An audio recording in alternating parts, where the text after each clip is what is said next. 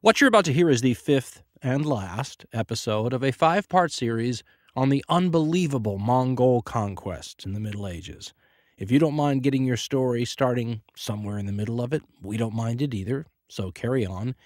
If, though, you prefer your story having some sort of sequential order that makes some sort of narrative sense, you might want to catch the earlier episodes before you start off with this one. In any case, regardless of your preference, and without further ado, Part 5 of Wrath of the Khans. December 7th, It's history. 1941, a date which will live in infamy. The events. It's one small step for man, one giant leap for mankind. The figures. Would have final power. Not quite to the morning mass. Let the word humanity. The drama. From this time and place, I take pride in the words, Ich bin ein Berliner. Mr. Gorbachev, tear down this wall. The deep questions. Marine 6. Tower 2 has had a major explosion and what appears to be a complete collapse surrounding the entire area. I welcome this kind of examination because people have got to know whether or not their president's a crook. Well, I'm not a crook. If we dig deep in our history and our doctrine, and remember that we are not descended from fearful men. It's hardcore history.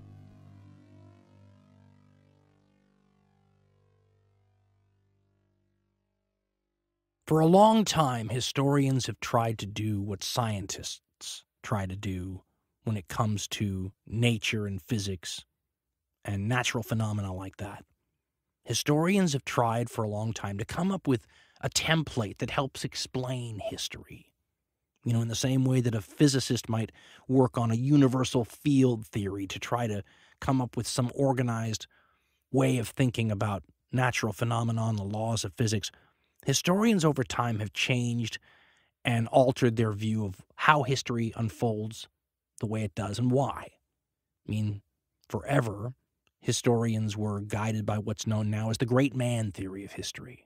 This idea that history was pushed along by gifted individuals, people who had abnormal levels of intelligence or resolve or ruthlessness or ability, charisma maybe even, and that these people have their own desires and motivations, and they go off in their directions, use their gifts to push history, and then humankind sort of follows along in the wake of the great people.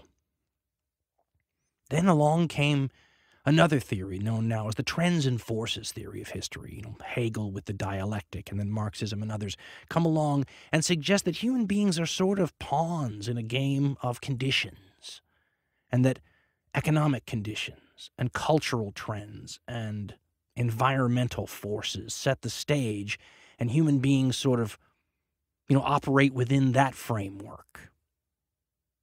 Now, today, it's a blend of all these various things that seems to be the overriding theory, because sometimes stuff happens that doesn't fit any template at all, and no one should be surprised. After all, history is about humanity, and if there's any variable you can't really catalog, organize, and predict, it's the human one.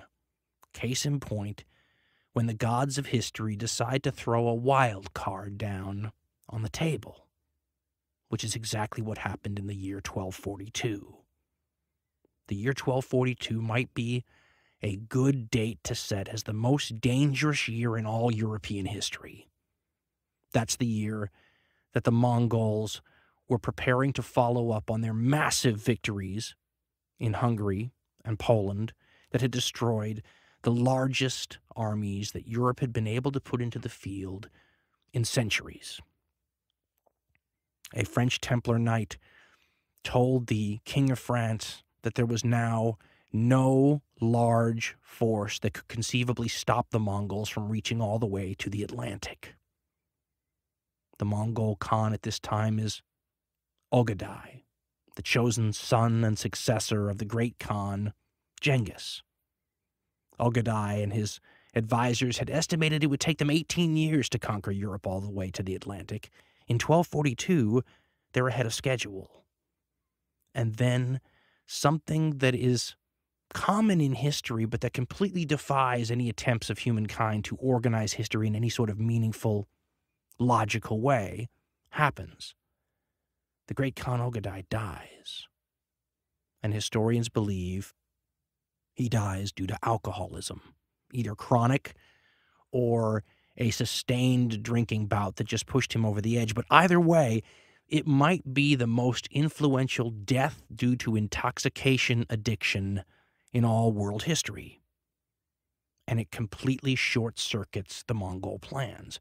In a way, I've always thought of the Mongol military machine like a giant robot that operates through the whim of a single brain, and that brain is the Khan. And the only problem with this fantastically dangerous Mongol robot army is that when the Khan dies, the brain short-circuits, and the robot just sort of powers down.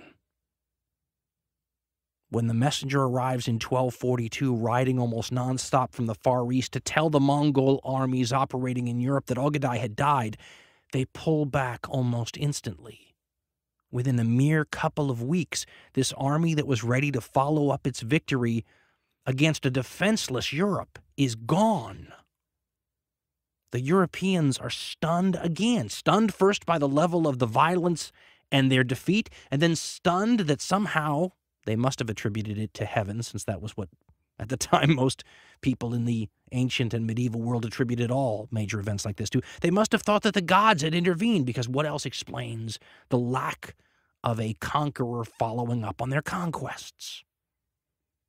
There have been what-if scenarios that historians and fans of history have played with ever since 1242, wondering what would have happened had the Mongol Khan not died. Could the Mongols have actually conquered Europe? And all sorts of arguments have erupted concerning whether or not the dark, deep forests of Europe would have provided enough pasturage to feed Mongol horses, or whether the Mongols would have been able to deal with the intense level of castles and fortifications Europe had during this period, or whether the population would rise up and through guerrilla warfare and banditry have sapped the Mongol strengths, considering that the Mongols were already maybe a little overstretched when it comes to controlling a large chunk of the Eurasian landmass. The only thing I would throw in to the debate is to remember that 700 years before this period, another steppe conqueror had managed to get all the way into France, which is very close to conquering all the way to the Atlantic, before he was turned back. Attila the Hun had used local people to make up for the deficiencies of his own steppe people. The Mongols were prone to do the same thing. By the time they would have reached France, the Mongol armies likely would have consisted of a core of Mongols and a lot of people taken from Poland, Hungary, Germany, Italy, and yes, even France, fighting other Europeans on pain of death if they didn't fight well. This was the Mongol strategy they used in the Middle East. It was the strategy they used in Russia. It was the strategy they used in China.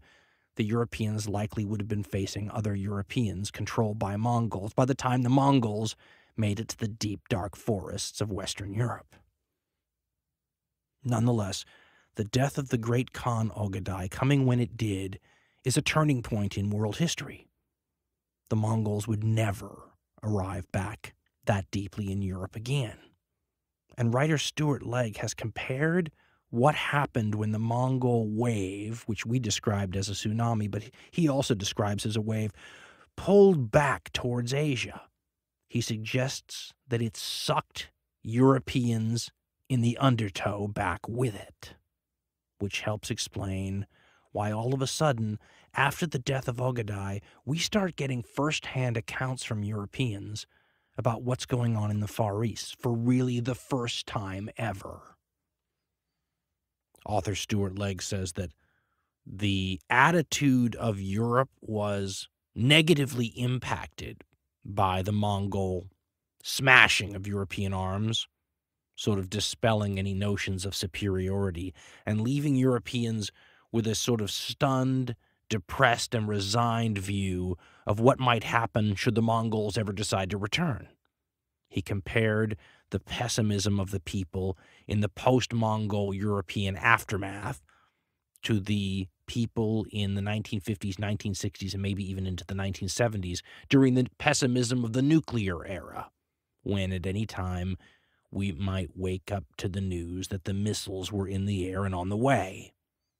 Nonetheless, as we said, the pulling back of Mongol forces, which so stunned the Europeans, sucked Europeans back into Asia, as part of the process of an undertow almost. And most of these people that were with the initial undertow were not going with the Mongols willingly. During the Mongols' first European incursion in 1221, they sucked back with them to Asia lots of Russians who would end up being slaves and concubines and toiling for the Mongols back in Asia. This time around, primary sources like Roger of Varad, among others, talk about long trains of prisoners being dragged through Hungary, and Roger of Varad was one of them. He says he was told by interpreters in no uncertain terms that once the Hungarian borders were reached, all of the non-essential and those considered to be non-valuable prisoners were going to get, as he put it, the edge of the sword. Primary sources say that the Mongols accomplished this by telling people that they didn't want to take back to Asia with them anymore. They didn't want to feed and clothe and deal with on the way in what was amounting to the equivalent of the Bataan Death March, that they were free to go.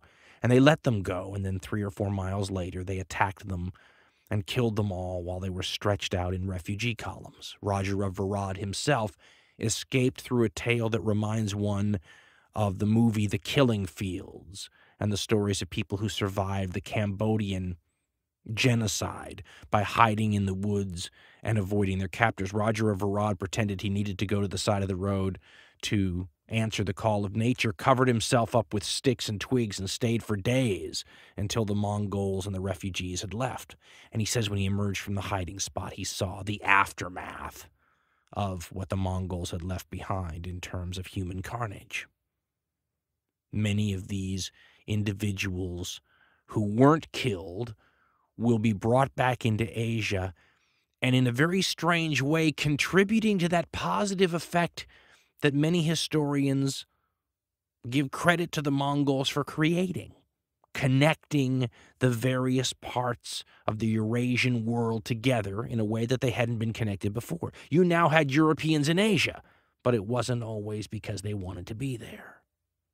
Now, there were some Europeans who did want to go to the east and make contact with the Mongols voluntarily, or at least wanted to based on orders they were given from the supreme European authority during this time period, which was the Pope.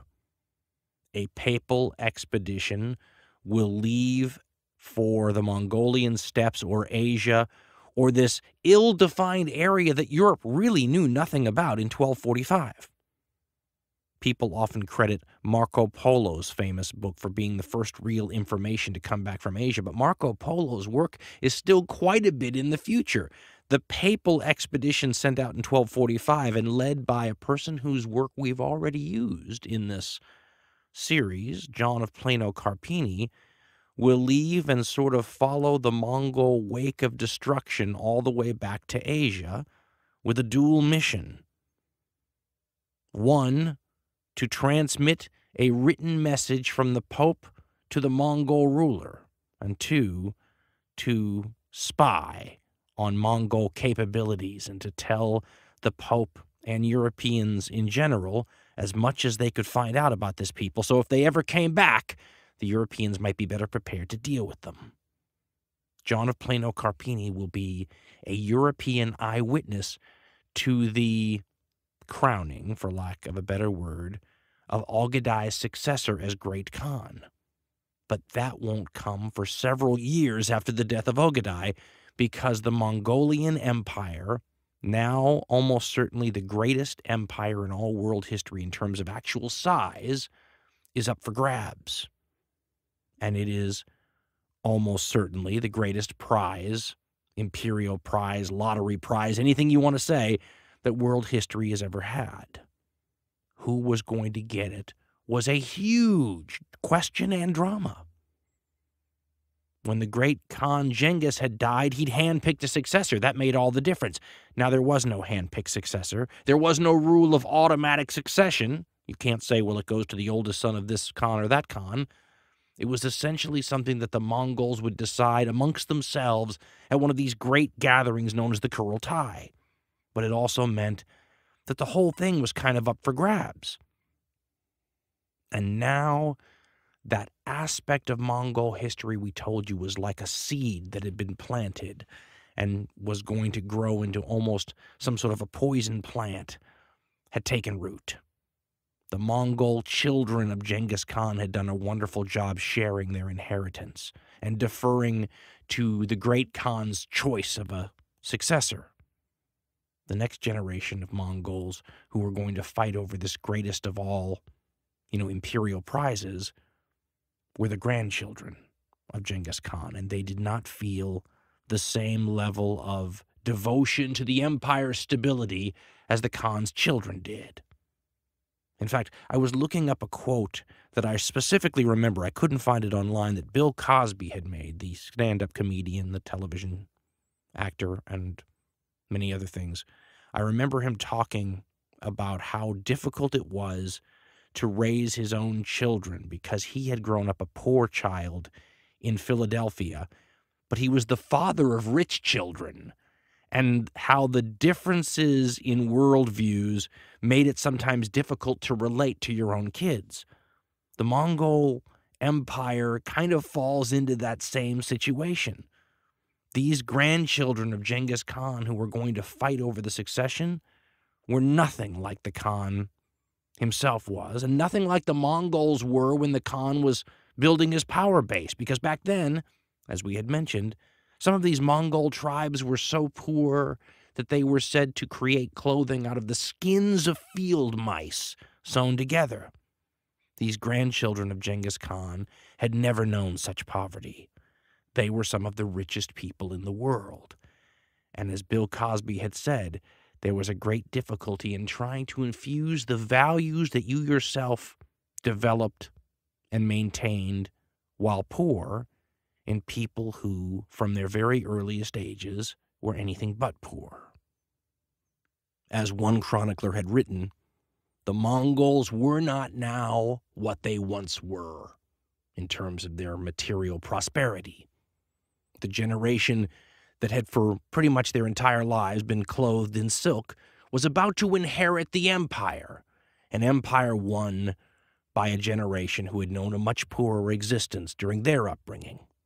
And there were a lot of possible candidates for the top job. Ogedai was picked by Genghis. It kind of ruled out the idea that anybody else could have the gig. Ogedai had a chosen successor, but he chose someone really young, a grandchild. It wasn't going to work, and there were a lot of possible people who had a realistic chance of getting elected to the top job instead. And that's key. The Mongol Khan may have had virtually dictatorial powers, but he didn't get that job unless he was elected to it by consensus. The other family members had to agree who got the top job, and this consensus was determined at one of these grand get-togethers, these Kurultais. The reason that the European campaign by the Mongols was brought back to Mongolia was so that they could have this giant get-together and decide who the new Khan was going to be. Now, it's worth remembering a little bit what the Mongol system was like. I've always thought it reminded me a little of like the United States system, a federal system, sort of the executive authority in Mongolia with the imperial Khan and all that, but all those giant chunks of Mongol territory that Genghis Khan had left to his sons became like separate states in the United States, and the ruler of those areas was like a governor in a sense. You could think about it if you want, because I sometimes do, as the United States of Khan.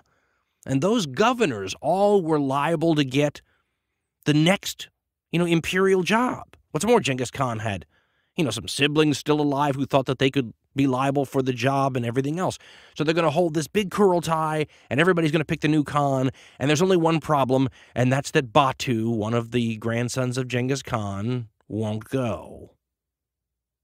He boycotts the Kurultai. He says he's ill and he can't make it all the way to Mongolia. The problem is it's like not having enough people to form a quorum at a business meeting. The business meeting doesn't count if you don't have a quorum. The Kurultai doesn't count if Batu's not there, and Batu won't go. Why won't Batu go? Well, it actually stems all the way back to maybe a tragic flaw, if you want to call it that, to the youth of the great Temujin. Remember, Temujin becomes Genghis Khan.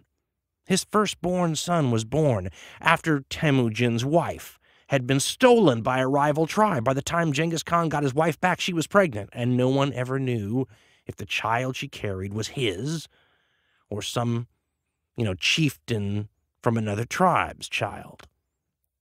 This affected the succession when Genghis Khan died, because Genghis Khan had picked a middle son, Ogadai, to rule for him instead of his oldest son, Jochi, because nobody knew if Jochi was really Genghis Khan's blood.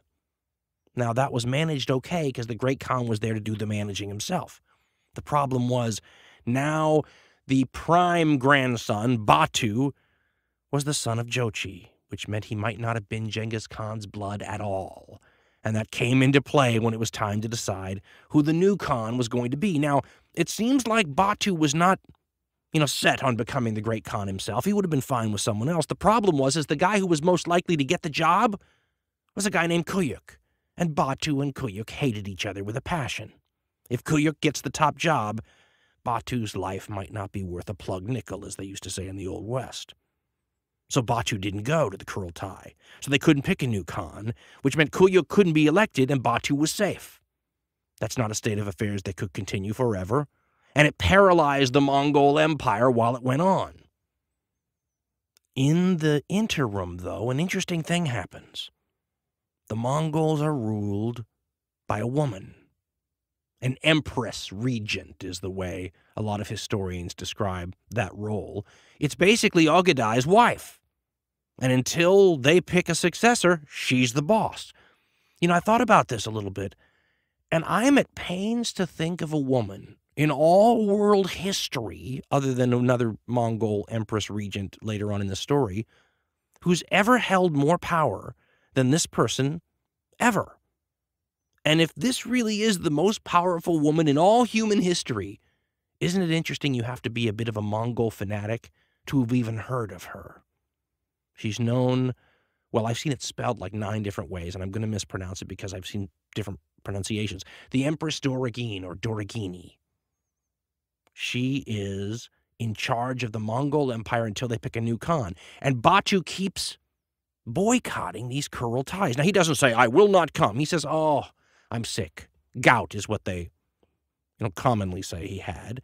And so because he can't go, they can't have one, and so she's in charge.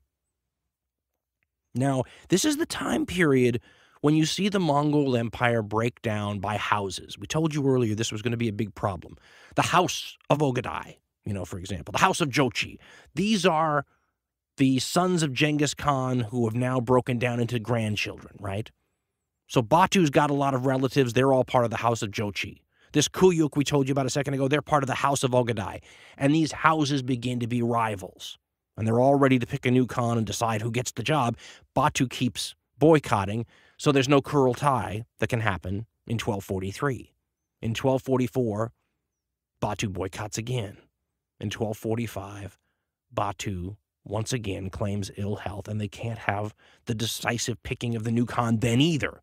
This is 3 years that the greatest, most powerful, most feared empire in world history is operating on autopilot, sort of. Because even though she's the most powerful woman in the world, the Empress Regent has limited authority to do anything new. She can control taxation, she can handle ongoing affairs, but they've got to have another Kurultai if, for example, she wants to launch a new war in a different direction. Got to have a Kurultai for that. Can't have a Kurultai because Batu won't come.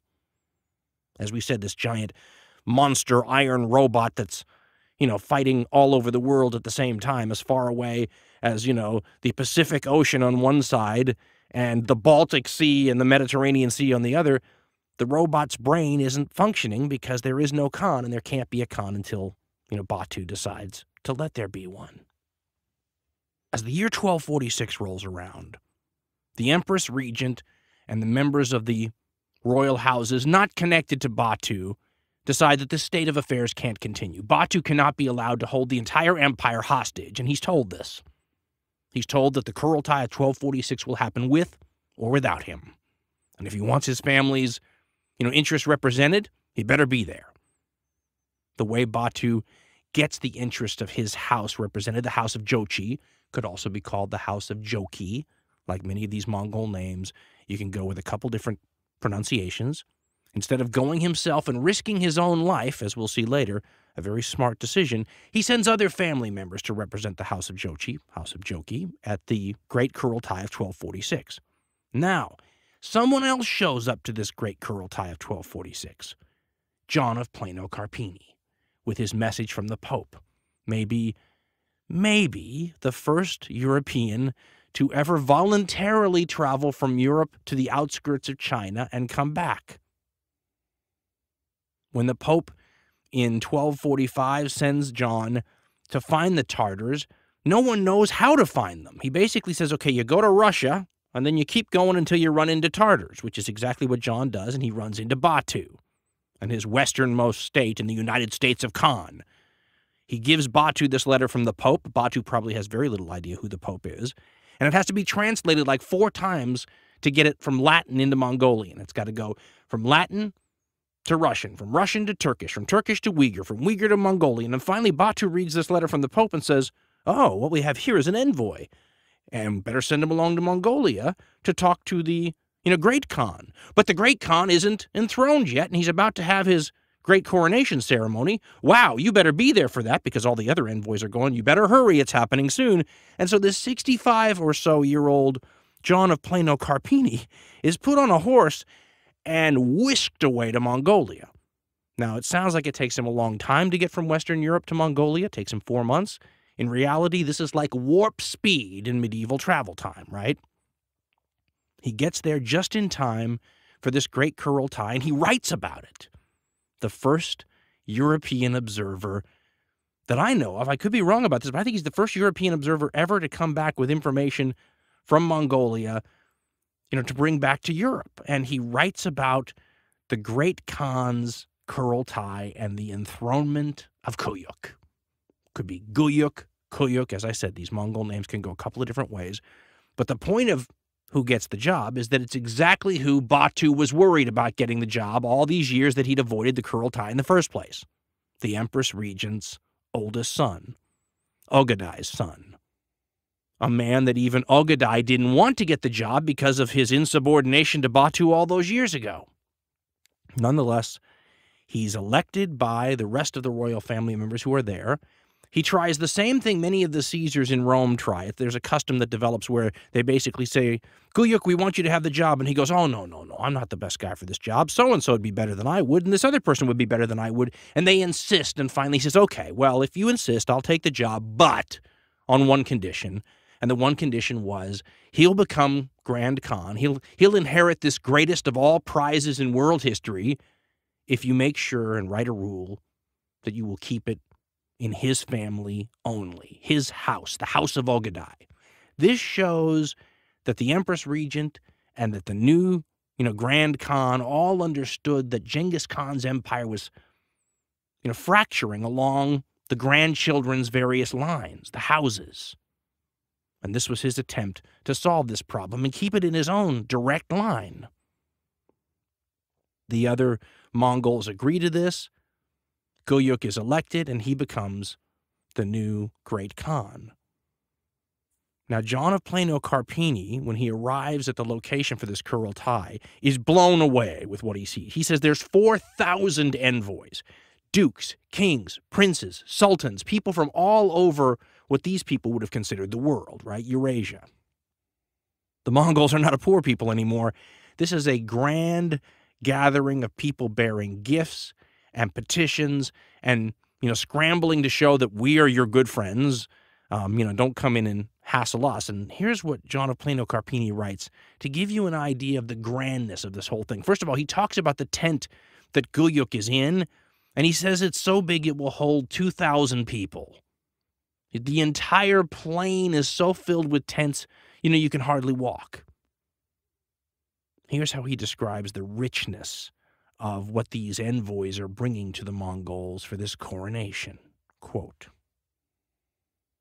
So many gifts were bestowed by the envoys that it was marvelous to behold. Gifts of silk, samite, velvet, brocade, girdles of silk threaded with gold, choice furs, and other presents. The emperor was also given a sunshade, or little awning such as is carried over his head, and it was all decorated with precious stones. A certain governor of a province brought a number of camels for him, decked with brocade and with saddles on them, having some kind of contrivance inside which men could sit. And there they were, I should think, 40 or 50 of them. He also brought many horses and mules covered with trappings or armor made of leather or iron. We, in our turn, were asked if we wished to present any gifts, but we had by now used up practically everything, so we had nothing to give him. There, up on a hill, a good distance away from the tents, were stationed more than 500 carts, which were all filled with gold and silver and silken garments, and these things were shared out among the emperor and his chiefs." End quote. He continues, quote, "Leaving there, we went to another place where a wonderful tent had been set up, all of red velvet, and this had been given by the Kitayans, the Chinese.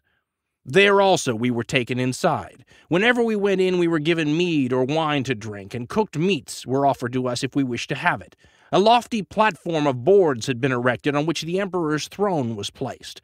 The throne, which was of ivory, was wonderfully carved, and there was also gold on it, and precious stones, if I remember rightly, and pearls." End quote.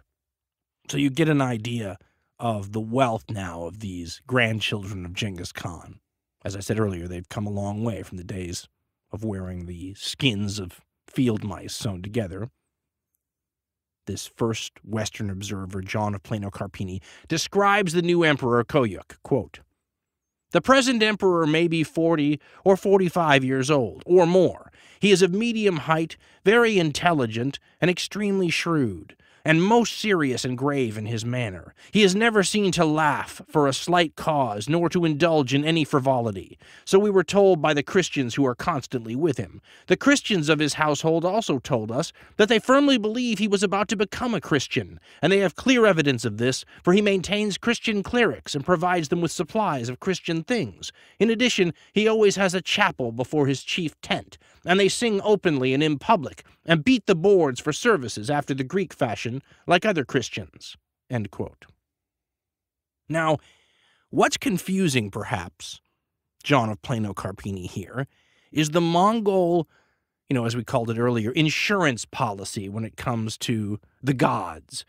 Instead of choosing any particular religion, they tended to be kind of like nature worshippers, might be a good way to describe it, though perhaps not.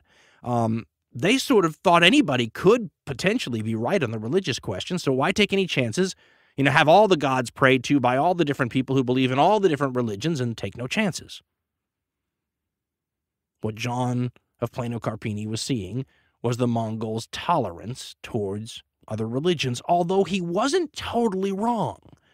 Because when John got to the Far East, he ran into other Christians from various other denominations, some of which he wasn't even aware existed, like Nestorian Christians, for example.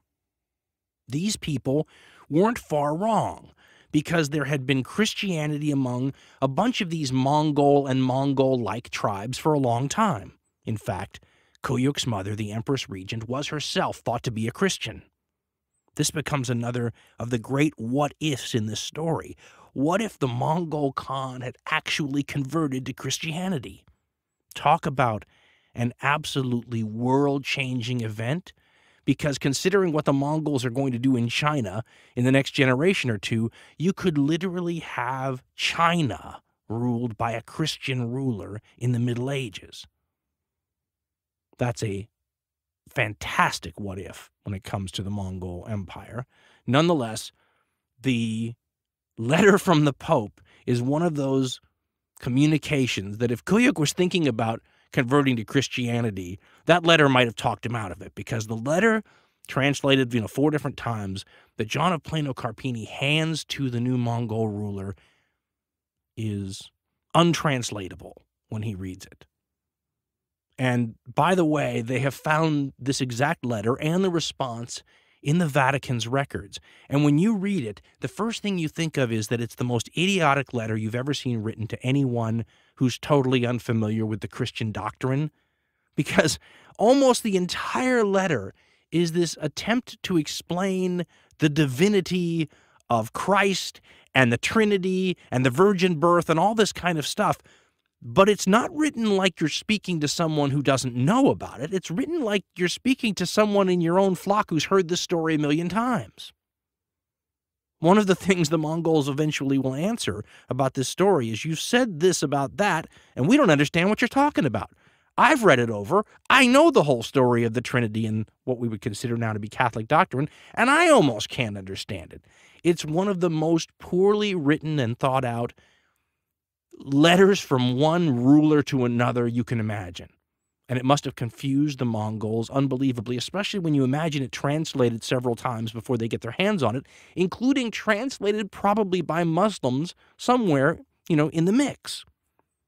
Just to give you an example of the wording, let me read you a paragraph or two from the beginning of the Pope's letter to the great Mongol ruler. Now remember, the Pope doesn't have a very clear idea of who this guy is either. All he knows is that the very eastern edges, kind of up to Austria, so into Central Europe, has been ravaged by this people that had hitherto been unknown. Now they know a little about him. He sends this envoy to the ruler with a note. The note is there to admonish the ruler for doing bad things in Europe, but it starts off trying to explain a little about the religion. Here's what the note says from Pope Innocent IV, addressed to the Emperor of the Tartars, as it says, from the beginning, quote, God the Father, of his graciousness, regarding with unutterable loving kindness the unhappy lot of the human race, brought low by the guilt of the first man, and desiring of his exceeding great charity, mercifully to restore him, whom the devil's envoy overthrew by crafty suggestion, sent from the lofty throne of heaven down to the lowly region of the world, his only begotten Son, co-substantial with himself, who was conceived by the operation of the Holy Ghost, in the womb of a forechosen virgin, and there clothed in the garb of human flesh, and afterwards proceeding thence by the closed door of his mother's virginity, he showed himself in a form visible to all men. End quote. It goes on and on and on. 9/10 of this note is that kind of stuff. The Mongol ruler must have been completely befuddled by all this. Even modern readers who know this story will read it and go, really? That's how they chose to explain the Christian religion to this guy? But finally, the note gets to the point, right? The Pope is going to read the Mongol ruler, the grandson of Genghis Khan, the person whose people had just recently been on the gates of overthrowing many European monarchies, the Riot Act. Quote, seeing that not only men, but even irrational animals, nay, the very elements which go to make up the world machine, are united by a certain innate law, after the manner of the celestial spirits, all of which God the Creator has divided into choirs in the enduring stability of a peaceful order, it is not without cause that we are driven to express in strong terms our amazement that you, as we have heard, have invaded many countries, belonging both to Christians and to others, and are laying them waste in a horrible desolation, and with a fury still unabated. You do not cease from stretching out your destroying hand to more distant lands, but breaking the bond of natural ties, sparing neither sex nor age, you rage against all indiscriminately with the sword of chastisement. We, therefore, following the example of the King of Peace, and desiring that all men should live united in concord in the fear of God, do admonish, beg, and earnestly beseech all of you, that for the future you desist entirely from assaults of this kind, and especially from the prosecution of Christians, and that after so many and such grievous offenses, you conciliate by a fitting penance the wrath of divine majesty, which without doubt you have seriously aroused by such provocation. End quote. It continues like that for a while. Again, the Mongol ruler, when he gets this letter from John of Plano Carpini, thinks John of Plano Carpini is there to give him the Pope's submission. Remember, at this time, the Mongol word for peace and submission are the same thing.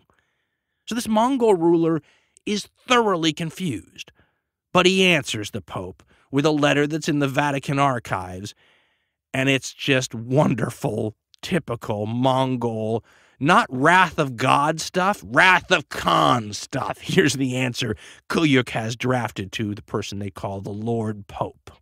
This is the Latin translation, by the way. Quote, Having taken counsel for making peace with us, you, Pope, and all Christians have sent an envoy to us, as we have heard from him and as your letters declare. Wherefore, if you wish to have peace with us, you, Pope, and all kings and potentates, in no way delay to come to me and make terms of peace, and then you shall hear alike our answer and our will. The contents of your letters stated that we ought to be baptized and become Christians. To this we answer briefly that we do not understand in what way we ought to do this. To the rest of the contents of your letters, for example, that you wonder at so great a slaughter of men, especially of Christians, and in particular Poles, Moravians, and Hungarians, we reply likewise that this also we do not understand. However, lest we may seem to pass it over in silence altogether, we give you this for our answer. Because they did not obey the word of God and the command of Chinggis Khan, but took counsel to slay our envoys, therefore God ordered us to destroy them, and gave them up into our hands. For otherwise, if God had not done this, what could man do to man? But you men of the West believe that you alone are Christians, and despise others. But how can you know to whom God deigns to confer his grace?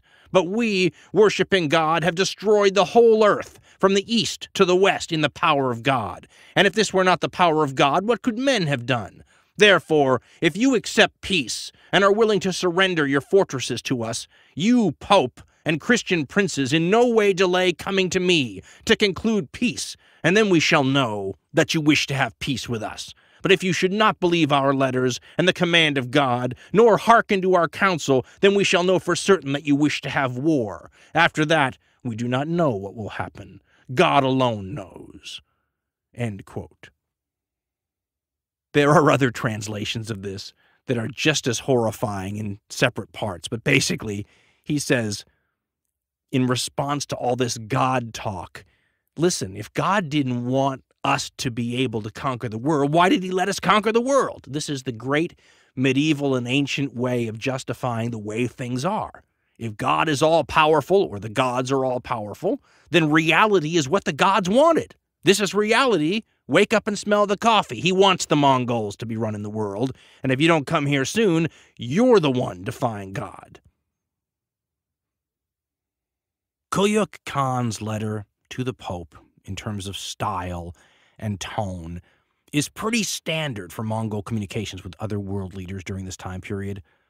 The Mongols, as we said earlier, considered themselves by this time to be the leaders of a universal monarchy, a divinely oriented and ordained leadership whose job it was to put the whole world under their control, for the better. They were going to infuse all of these areas with the same laws and rules and regulations so that trade could be handled and people could live in peace and all that kind of stuff. It's very, very Roman when you think about it. Create a wasteland and then call it peace. Nonetheless, the ascension of Kulyuk Khan puts the Mongols back on track. This empire that had come to a grinding halt with Ogedai's death now has a strong ruler at the helm again and is poised to pick up where it left off, which is not good news if you're one of those peoples who's not come under the Mongol hegemony yet. And Kulyuk begins to reimpose a stern discipline on the empire. He thinks things have become lax since the days of Genghis Khan. He thought his father Ogedai was a bit mellow. As we told you, that was the conception amongst the Mongols, that Ogedai was lenient. I'm sure that comes as a shock to all the peoples of Russia and Eastern and even Central Europe who felt the Mongol, wrath under Ogedai. If that's a mellow Mongol ruler, what the heck is a stern one? Well, Kulyuk was a stern one, and everyone was about to find out what it meant to have a taskmaster, old-school Mongol at the helm. And the first thing Kulyuk was going to do was rein in some of these governors of these territories that he thought were getting a little uppity, getting a little independent. Remember, it's like the United States of Khan, and these states are getting a little bit independent for Kulyuk's taste. So he starts to rein in all these people. He has a bunch of the advisors for his mother and Ogedai, his father, executed, puts in new people, sends some new generals to take over for old generals, starts some fighting again in a bunch of regions the Mongols have already been active, and sends a message to his cousin Batu, the one who was so afraid of Kulyuk becoming Khan that he kept the Kurultai from happening year after year after year, and told Batu that now that Kulyuk was Khan, you need to come over here and bow in front of me and swear allegiance. Batu was no fool. He understood the dangers in such a move, but he also couldn't say no to the Great Khan without there being a civil war.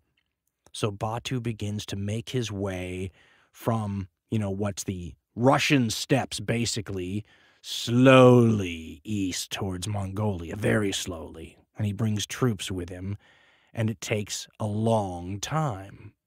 Meanwhile, Guyuk all of a sudden decides that he's not feeling well. Now, Guyuk was supposed to be, if you believe the primary sources, a kind of a sickly Mongol anyway, always beset with this or that, health issue. And all of that was exacerbated by his habits. He was another alcoholic like his father. The primary sources say he would get up in the morning and start drinking wine and drink all day long until the end of the day, and he goes to bed. Also, he had a thing for the ladies, as many of these Mongols did, and a huge harem. And according to, for example, Persian chroniclers, the combination of the drinking and the continual carousing in the harem, even while he was running the empire, was not good for his health. So one day, according to Persian chronicler Rashid al-Din, he says he decides that the air and the water in a certain part of the steppe would improve his constitution. So he decides he's going to take a little trip there and sort of hang out and let his health recover. He brings the royal army with him when he does. And he begins to make his way west. So Batu and his army is making its way east. The Great Khan, for his health, ostensibly, is making his way west with the royal army. And all of a sudden, Batu receives a message from a powerful woman named Sorkatani. Sorkatani is the widow of Genghis Khan's youngest son, Tuli, or Tului. You may recall he's the one who in Mongol history is revered for sacrificing his own life to placate the evil spirits of China when they had struck Ogadai dumb during the Chinese campaign. So Tului decides he'll sacrifice his own life, says, take care of my family after I do. Ogadai says, I will, and boom, Tului leaves the scene, but he leaves a widow, Sorkatani. Batu gets a message from Sorkatani. She says, warning, the Great Khan is coming, and he intends to do you violence. So now what you have set up here, ladies and gentlemen, as we told you, is the fracturing of the Mongol Empire into the different houses. And the houses are about to have a war with each other. The new Great Khan, Kuyuk, is going to smash Batu, or the other way around. Somewhere around the city of Samarkand, though, history deals another wild card, and Kuyuk dies. Unexpectedly, he's under 45 years of age. The historians seem to think it's not a universal idea that he died from his alcoholism and his carousing, although who knows, it's possible he was poisoned. Nonetheless, all of a sudden, two things happen. One, this giant Mongol civil war, a fight between, the greatest troops of all time on each side of the battlefield, is averted, but at the cost of once again throwing the Mongol Empire into the situation that merely a year before it had finally solved. They had just gotten a Khan. The Mongol brain had been put back into the giant Mongol military robot. It was ready to, strike out again. And now, less than, a year and a half later, everything was happening all over again. The Mongols were without a Khan, and Kuyuk's wife takes over as the regent empress, just like his father Ogadai had had his wife, Kuyuk's mother, take over as the regent empress. In less than 2 years, the entire situation had gone back to start, and the world breathed a sigh of relief.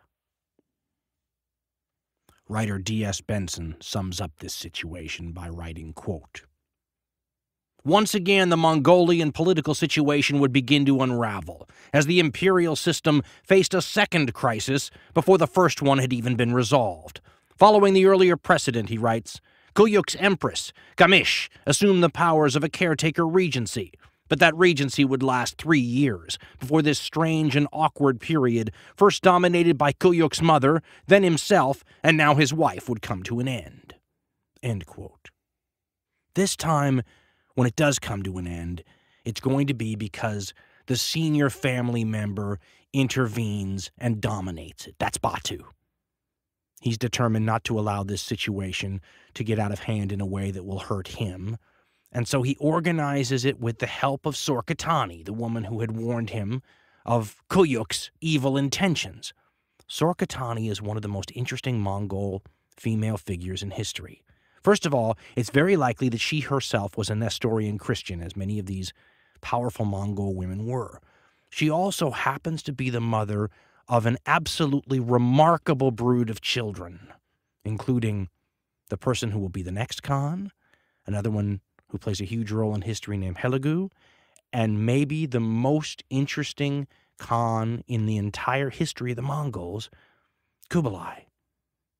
They're brothers. They're the sons of Sorkatani. It's an amazing group of children, and Batu recognizes this.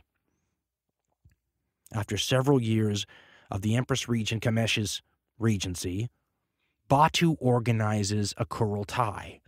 But he doesn't do it in Mongolia, where the rules of Genghis Khan mandate that it's going to be. He has it in Turkestan, right by him. Now, this is fine for his clan, the House of Jochi, or Joki, and it's fine with Sorkatani's clan, the House of Tului, or Tuli. It's not fine with some of these other clans. The House of Ogadai doesn't like it. The House of Chagatai doesn't like it. The people who've been running the show since Guyuk was put in charge protest. Doesn't matter.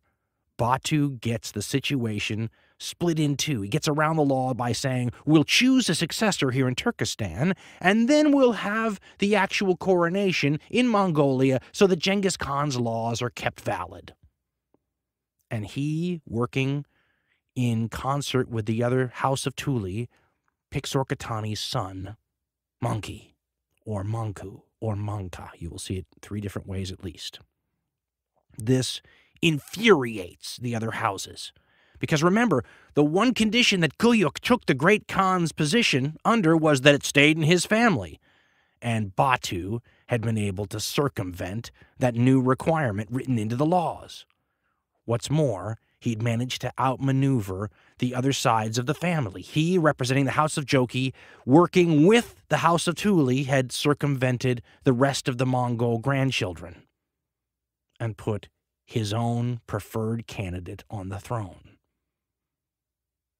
This would cause a violent and intrigue-filled reaction on the part of the houses that were now frozen out of power. Now, as we said, this is perhaps the greatest prize in all human history, up to this point certainly, and maybe in all human history ever. The people who had now ostensibly been frozen out of power were not about to sit down and simply take this. And a fantastically interesting response occurs that's talked about in many different histories. I like the way the Persian chronicler from right around this period, Rashid al-Din, describes it. But it basically involves a plot that occurs while the Mongol coronation festivities are underway. And everybody's getting drunk and enjoying themselves and partying. And we're told that the amount of tribute and goods and presents flowing in from all over the known world are cluttering up the skyline with wagons full of stuff. I mean, the Mongols are so unbelievably rich at this point that whenever a Mongol Khan is, put on the throne, everybody sends tribute and gifts and all kinds of things. And so there's these wagons everywhere stretching out to the horizon. And then one of these wagon trains gets infiltrated by accident, by someone friendly to the new Khan and his family. And Rashid al-Din describes it this way, talking about, what happens as the party and the coronation festivities are occurring. Quote, "They were still awaiting the arrival of the other princes, and continued to be excessive in their joy and revelry. None of them dreamt that the ancient Yasa of Genghis Khan could be changed or altered, and there had been no kind of quarrel or disagreement amongst his family. In their revelry, therefore, they had neglected to exercise precaution. Meanwhile, Shiraman and Naku, the grandsons of Ogadai Khan, and Tokuk, the son of Karachar, having reached agreement amongst themselves, had drawn near with many wagons full of arms, and meditating guile and treachery in their hearts. All of a sudden, by a lucky chance indicative of fortune, a falconer called Kesij, of the Kankli Bone, one of Monkey Khan's falconers, lost a camel. He was wandering about in search of it, when he stumbled into the middle of Shiraman and Naku's forces. He beheld a great army, and wagons without number heavily loaded, allegedly with food and drink for the feast of congratulation. Ignorant of the secret purpose of all this, Kasich continued to search for his stray camel. As he moved about, he came upon a young lad seated behind a broken wagon. The lad, thinking he was one of their horsemen, asked for his assistance in mending the wagon. Kasich dismounted in order to help him, and his glance fell upon the weapons and warlike equipment which they had stacked in the wagon. He asked the lad what this load was. "Arms," replied the lad, "the same as in all the other wagons." Kasich realized their coming with wagons filled with arms was not devoid of guile and treachery, but he feigned indifference. When he had finished helping, he entered a tent and became a guest, and having established friendly relations with his host, he gradually discovered how matters lay. When he was appraised of the truth, and knew for certain that the thoughts of these people were full of guile and hypocrisy, and that they intended, in the course of the auspicious feast, when all were drunk, to step aside from the highway of decency, and stretching out the hand of oppression to put into effect what they had planned, Kasich let go of the reins of free will, bade farewell to his camel, and traveled 3 days' journey in one. End quote. Rashid then says, Kasich burst in at the coronation to tell the now brand new Khan, still celebrating his new position, that assassins were on the way. Now, it sounds like everyone at the coronation is drunk and are having a hard time grasping the idea that any one of this family, remember, this is the family that Genghis Khan himself had given that lesson to, where he took the single arrow and broke it, and then he took a bundle of arrows and showed his sons that they were unbroken. You couldn't break this bundle if only they would stick together. And now here was this falconer telling the Khan that not only was that actually happening, but the assassins with wagonfuls of arms were on their way to take advantage of he and his people while they were in a vulnerable position because they didn't expect their own family to come as assassins. Now, I was trying to think about what I could compare this to. It reminds me, and you folks who know your British history will remember this, of Guy Fawkes being discovered in the process of trying to blow up Parliament. And they actually find him with all of the gunpowder underneath the Parliament building, and now the process of trying to grasp them and figure out what the heck was going on begins. These assassins are caught in the act, and there's a lot of them. This isn't like one or two people who are coming to stab the Khan. These are wagonfuls of weapons stretching off into the horizon with troops. This was going to be a military coup that wiped out whole branches of the Mongol family line. And when they're discovered, all sorts of retribution will be taken. Think of when Adolf Hitler survived the assassination attempt on his life in 1944, and then they start grabbing generals and people and interrogating them under torture and then executing lots of people who are perceived to have either taken part in the crime or have known about it and not told the authorities what was going on. Before the whole thing is over, instantly there will be like 100 Mongols, tortured and executed for having some role in this. Many more will be removed either, overtly or covertly in the near future. The most prominent people involved include other grandsons of Genghis Khan who are dragged before the Khan and who swear they had nothing to do with this, and most of them are ostensibly pardoned, but they're sort of put in positions where they're going to die. Some of these people are sent to the front lines to command troops in situations where they know they're not going to survive. The most high-profile person, though, involved in all of this is the wife of the now defunct and buried Kuyuk Khan, the Regent Empress Kamish.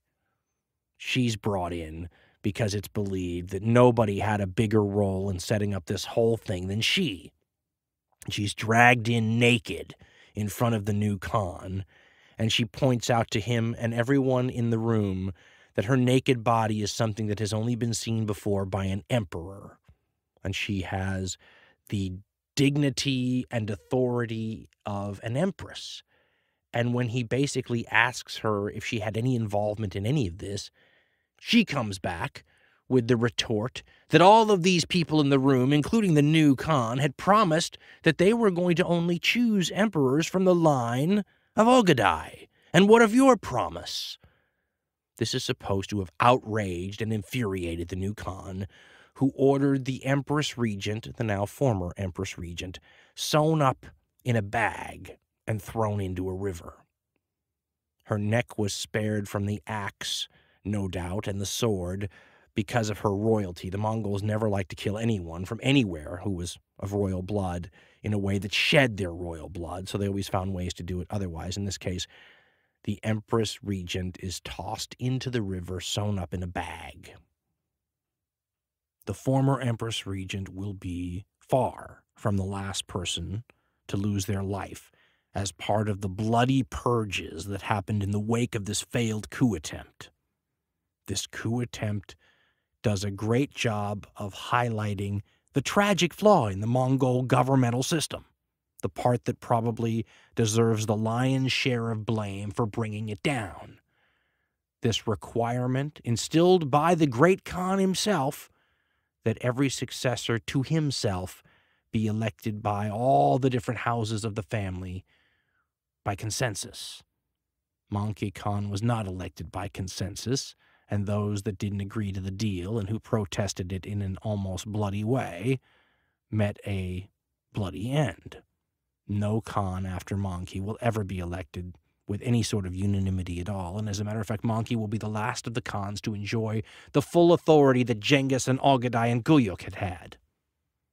You begin to see the Mongol system deteriorating, even though probably the people living through it at the time didn't realize it. And to me, this reminds me of a comparison we made earlier in this series. What if we had said the Third Reich had existed for hundreds of years after its initial establishment and had to deal with leaders that succeeded Adolf Hitler, and then leaders that succeeded that leader, and then leaders that succeeded that leader? Would the complexion of the Third Reich had changed over time? Because what you're seeing now with Manke coming to the fore is really a new generation of Mongol leadership, and something that you should expect to happen over time. Makes me wonder if it would have happened in a Third Reich type setting as well, where the initial leaders were like these historical arsonists, as we put it, who mowed down whole civilizations and left a huge body count behind to establish an empire.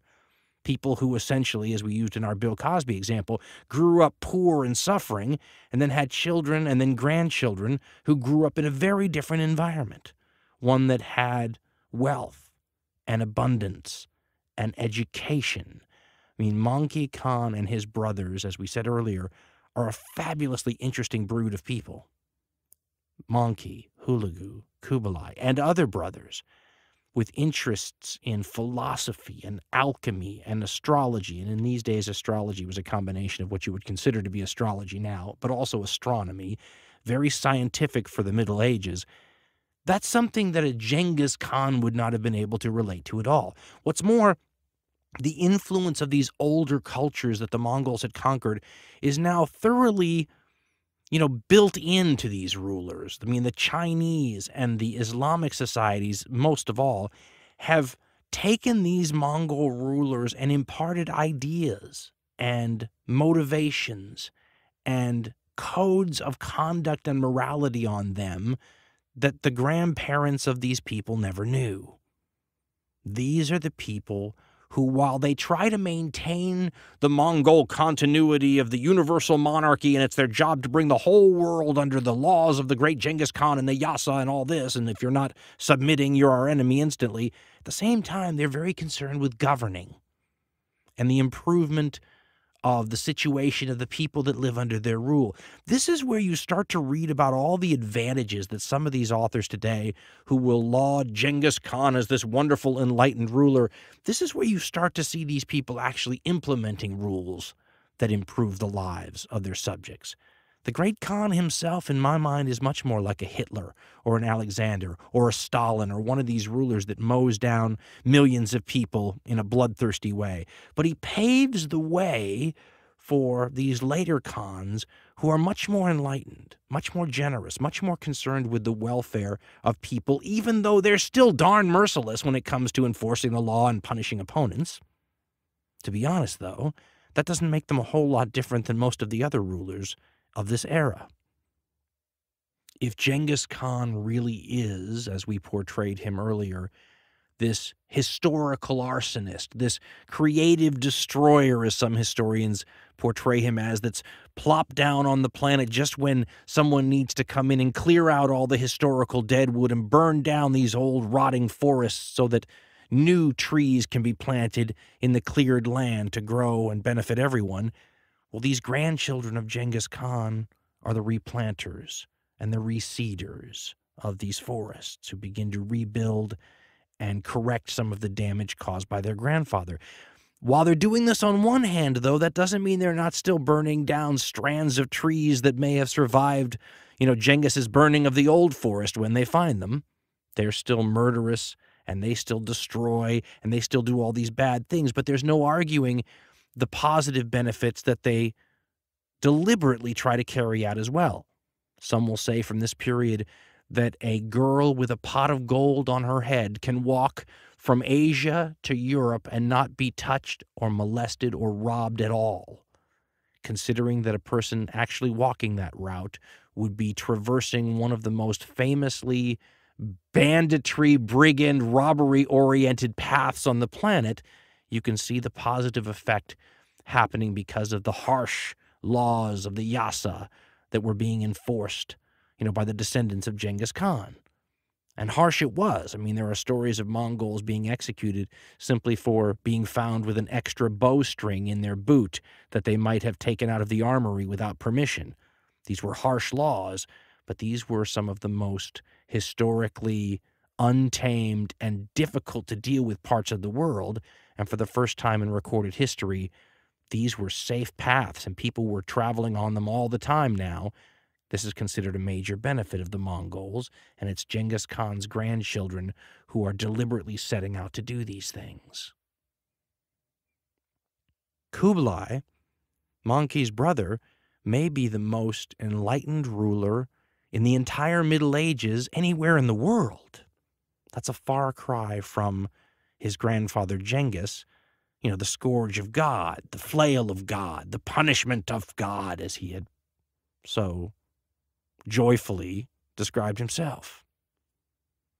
Now, one of the things Manki wants to do when he gets control of this empire is to carry out the same sorts of attacks that people like Ogadai carried out. Remember, Ogadai was so powerful in his reign, he was able to launch offensives in the three major directions of the world at the same time: attack China, attack the Middle East, attack Europe all at once.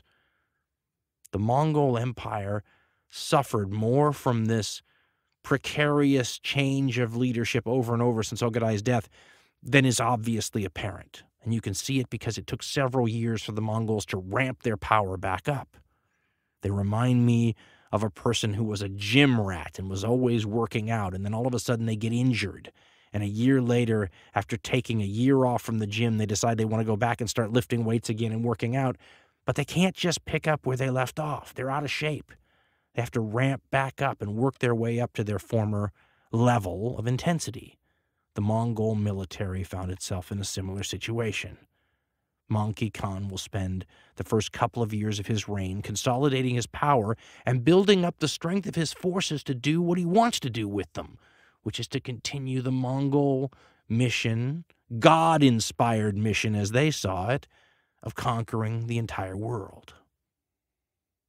And as usual in Mongol history, it starts once again with China.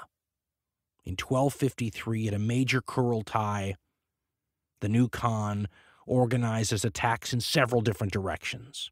Now, the Mongols have still been fighting in various places. They conquer Korea during this time period. They launch attacks into what's now Vietnam. But in 1253, the decision is made to once again, with full force, renew the war against the Southern Song Chinese, a war that had flagged somewhat since the days of Ogadai. It's going to be such a major affair that Kublai will lead it. The great Khan himself will go into the field leading troops. Another column will be led by another Mongol. I mean, they're going to go in and make a concerted effort to finish off this last and greatest of the Chinese realms. And it will be a war that will be the most unrelenting, slogging match, probably of any war in the entire Middle Ages anywhere. The Chinese put up a dogged defense. They resist with all their might. And once again, they have these amazingly fortified cities that are able to withstand the Mongols better than any cities anywhere. They will put up a fight that will last decades. And once again, they have an advantage that they didn't have when it was the northern Chinese. The Mongols are now fighting in geographical locations where the environment is unhealthy for them. Provinces like Sichuan that they have a hard time conquering are, semi-tropical. And it creates a situation that's difficult for the Mongols to exist in. What's more, in 1251, after coming to power, the new Khan, Mongke, decides to change the status of the Middle East in the Mongol Empire, because ever since Genghis Khan first conquered into Iran and the Middle East, he'd sort of had that area governed by military governors. It hadn't been incorporated into the grand, Mongol Empire under the family. Now he put his brother Hulagu in charge of it and told Hulagu to conquer everything. Now, the first thing that Hulagu did was conquer a group known to history as the Assassins. The actual name is the Ismailis, and these are a feared group of people that if you wanted to compare them to the ninjas of Japan, a secret society feared by everyone for their ability to kill and assassinate anyone, regardless of their level of, grandeur and security, you wouldn't be far off, although there's religious components and other things that make the Ismailis different than groups like the ninjas. But that didn't stop the amount of fear that they had in the region. And for 200 years before this time, they'd been responsible for killing lots of different important people. Christians, Muslims, rulers, princes, dukes, everything you can think of. Everyone was going around with armed guards because of what these assassins, the Ismailis, could do to them if they wanted to. What's more, unlike the ninjas who struck in the night and with stealth, the assassins in, this part of Iran where the Ismailis were based enjoyed doing so in broad daylight. They wanted to spread the fear and this idea that no one was safe, and so they struck with their daggers right when everybody could see them and were watching. This had intimidated several rulers in the region. Saladin himself, the great Muslim ruler, had 2 attacks on him, one that was so close apparently he was wounded by these assassins, and then came to an agreement with them. The Mongols were not about coming to agreements with dangerous people, and the first group that Hulagu went after when he inherited this new part of the Mongol realm was to go after that danger. The assassins thought themselves immune from attack because they controlled all these fortresses that were like something out of a Tolkien novel, on the sides of cliffs and built into the most inaccessible locations. You just couldn't imagine taking them. But the Mongols did, easily.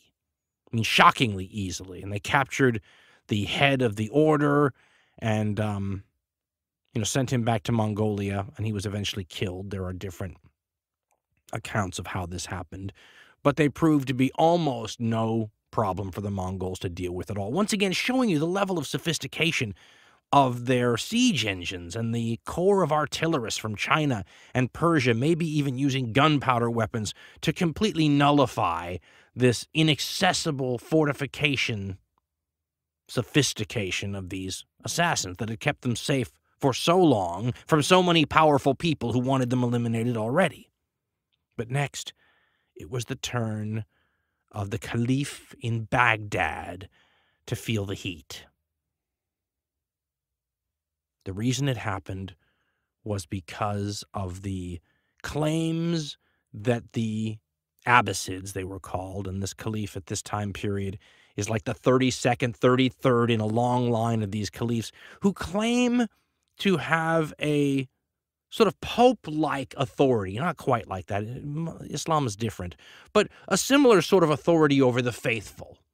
And the Mongols could brook no competitors when it came to this. They had tons of Muslims within their empire, and they were not going to accept anyone from anywhere saying that they had the right over the Mongol Khan to tell, these Islamic people within the Mongol Empire how to believe, what to do, or anything like that. The Mongols supposedly gave the caliph in Baghdad the option to essentially give up this control for now to the Mongols. It's something that had been done with other Muslim people in the past, like the Seljuk Turks, for example. The Caliph, though, had recently just gotten the job, and he wasn't very good at understanding when you have to play ball with the really powerful people, and he gave the Mongols a response that they didn't like. The letter from Helegu to the Caliph in Baghdad said, quote, and when he speaks of the heretics, he's talking about the recent campaign against the Ismailis, the assassins that Helegu has just finished. The letter says to the Caliph, quote, when the heretics' fortresses were conquered, we sent emissaries to request assistance from you. In reply, you said that you were in submission, but you did not send troops. Now a token of submissiveness and allegiance is that you assist us with troops when we ride against foes. You have not done so, and you send excuses. No matter how ancient and grand your family may be, and no matter how fortunate your dynasty has been, is the brightness of the moon such that it can eclipse the brilliance of the sun? Talk of what the Mongol army has done to the world, and those in it from the time of Genghis Khan until today, may have reached your hearing from common and elite, and you may have heard how, through God's strength, they have brought low the dynasties of the Khwarezmians, the Seljuks, the Daylamite kings, the Atabegs, and others, all of whom were families of might and majesty. The gates of Baghdad were not closed to any of these groups, and they kept thrones there. With the might and power we possess, how shall they be closed to us? Helegu's letter continues. Previously we have given you advice, but now we say that you should avoid our wrath and vengeance. Do not try to overreach yourself or accomplish the impossible, for you will only succeed in harming yourself. The past is over. Destroy your ramparts. Fill in your moats. Turn the kingdom over to your son and come to us. If you do not wish to come, send all three, the Vizier, Suleiman Shah, and the Datwatar, and they may convey our message word for word. If our command is obeyed, it will not be necessary for us to wreak vengeance, and you may retain your lands, army, and subjects. If you do not heed our advice and dispute with us, line up your soldiers and get ready for the field of battle, for we have our loins girded for battle with you and are standing at the ready. When I lead my troops in wrath against Baghdad, even if you hide in the sky or in the earth, I shall bring you down from the turning celestial sphere. I shall pull you up like a lion. I shall not leave one person alive in your realm, and I shall put your city and country to the torch. If you desire to have mercy on your ancient family's heads, heed my advice. If you do not, let us see what God's will is. End quote. Nobody quite does a good, threatening, ambassadorial letter like the Mongols, do they? The response from the Caliph was somewhat evasive and at times both friendly and warning. He wrote back, quote, young man, you have just come of age and have expectations of living forever. You have not seen your 10 days, meaning your quick days of life, pass prosperously and auspiciously in dominating the whole world. You think your command is absolute. Since you are not going to get anything from me, why do you seek? You come with strategy, troops, and lasso, but how are you going to capture a star? Does the prince not know that from the east to the west, from king to beggar, from old to young, all who are God-fearing and God-worshipping are servants of this court and soldiers in my army? End quote. The Caliph's reply was deemed by the Mongols to be somewhat devious. Helegu responded to it by saying that evidently the Caliph was as crooked as a curved bow, but he would soon be rendered as direct as the flight of an arrow. From 3 directions the Mongols converged on Baghdad, perhaps the largest city in the world outside of China. Historians have argued forever what the size of the Mongol forces were, as they have throughout Mongol history. Supposedly, Helegu had at his disposal 2 out of every 10 Mongol warriors in the empire, which would give him between 100 and 150,000 men. sounds a little high to me, considering that they don't need that many men to devastate an area that has been under the Mongol thumb since Genghis Khan first smashed into it with about 120,000 men about 2 decades before. Nonetheless, the Caliph calls for his devout followers from all over the place, and not too many arrive. This happens for many reasons. One has to do with the fact that the Caliph is not as powerful as he thinks he is, and there have been theories for a long time that one of his main advisors, who was not of the same faith exactly as he was also Islamic, but a Shia instead of a Sunni, and that he may have been in the pay of the Mongols. In fact, when all this is over, he will actually survive and be promoted by the Mongols, which lends even a little bit more support to this conspiracy theory that the Mongols were working from within to subvert the Caliph's power. But the Caliph was also trying to get help from a lot of other people that were both terrified of the Mongols already, who'd spent 20 years dealing with them, and who also thought that right after Baghdad was done with, they themselves were going to be next on the target list. After all, Telugu wasn't advancing on Baghdad to take Baghdad. He was advancing on Baghdad as part of taking the entire Middle East, and they thought if they were going to be next, it would behoove them to have forces to defend themselves with. And not just that, but we must also recall that there are still Christian crusaders in the Holy Land to the west of Baghdad, and new crusades being launched by the King of France in Egypt. Islam is beset with enemies. It is factionalized. It is divided. Many of its elements actually don't get along with each other. This is a very precarious time for the political side of the Muslim religion, and the Caliph in Baghdad finds that this impacts his ability to create support. The troops that do show up outside of Baghdad try to make a defense outside the walls of the city, a city that may number 1 million people, although probably more like 400,000 normally. The problem is that this is not a normal situation, and the Mongols' standard tactic of killing people all over the countryside as they advance has caused all of the peasants and the merchants and the people who would normally exist in villages and towns outside of Baghdad to flee for the protection of the walls of the great city. The forces that meet the Mongols in the field outside the great city are quickly routed in January 1258.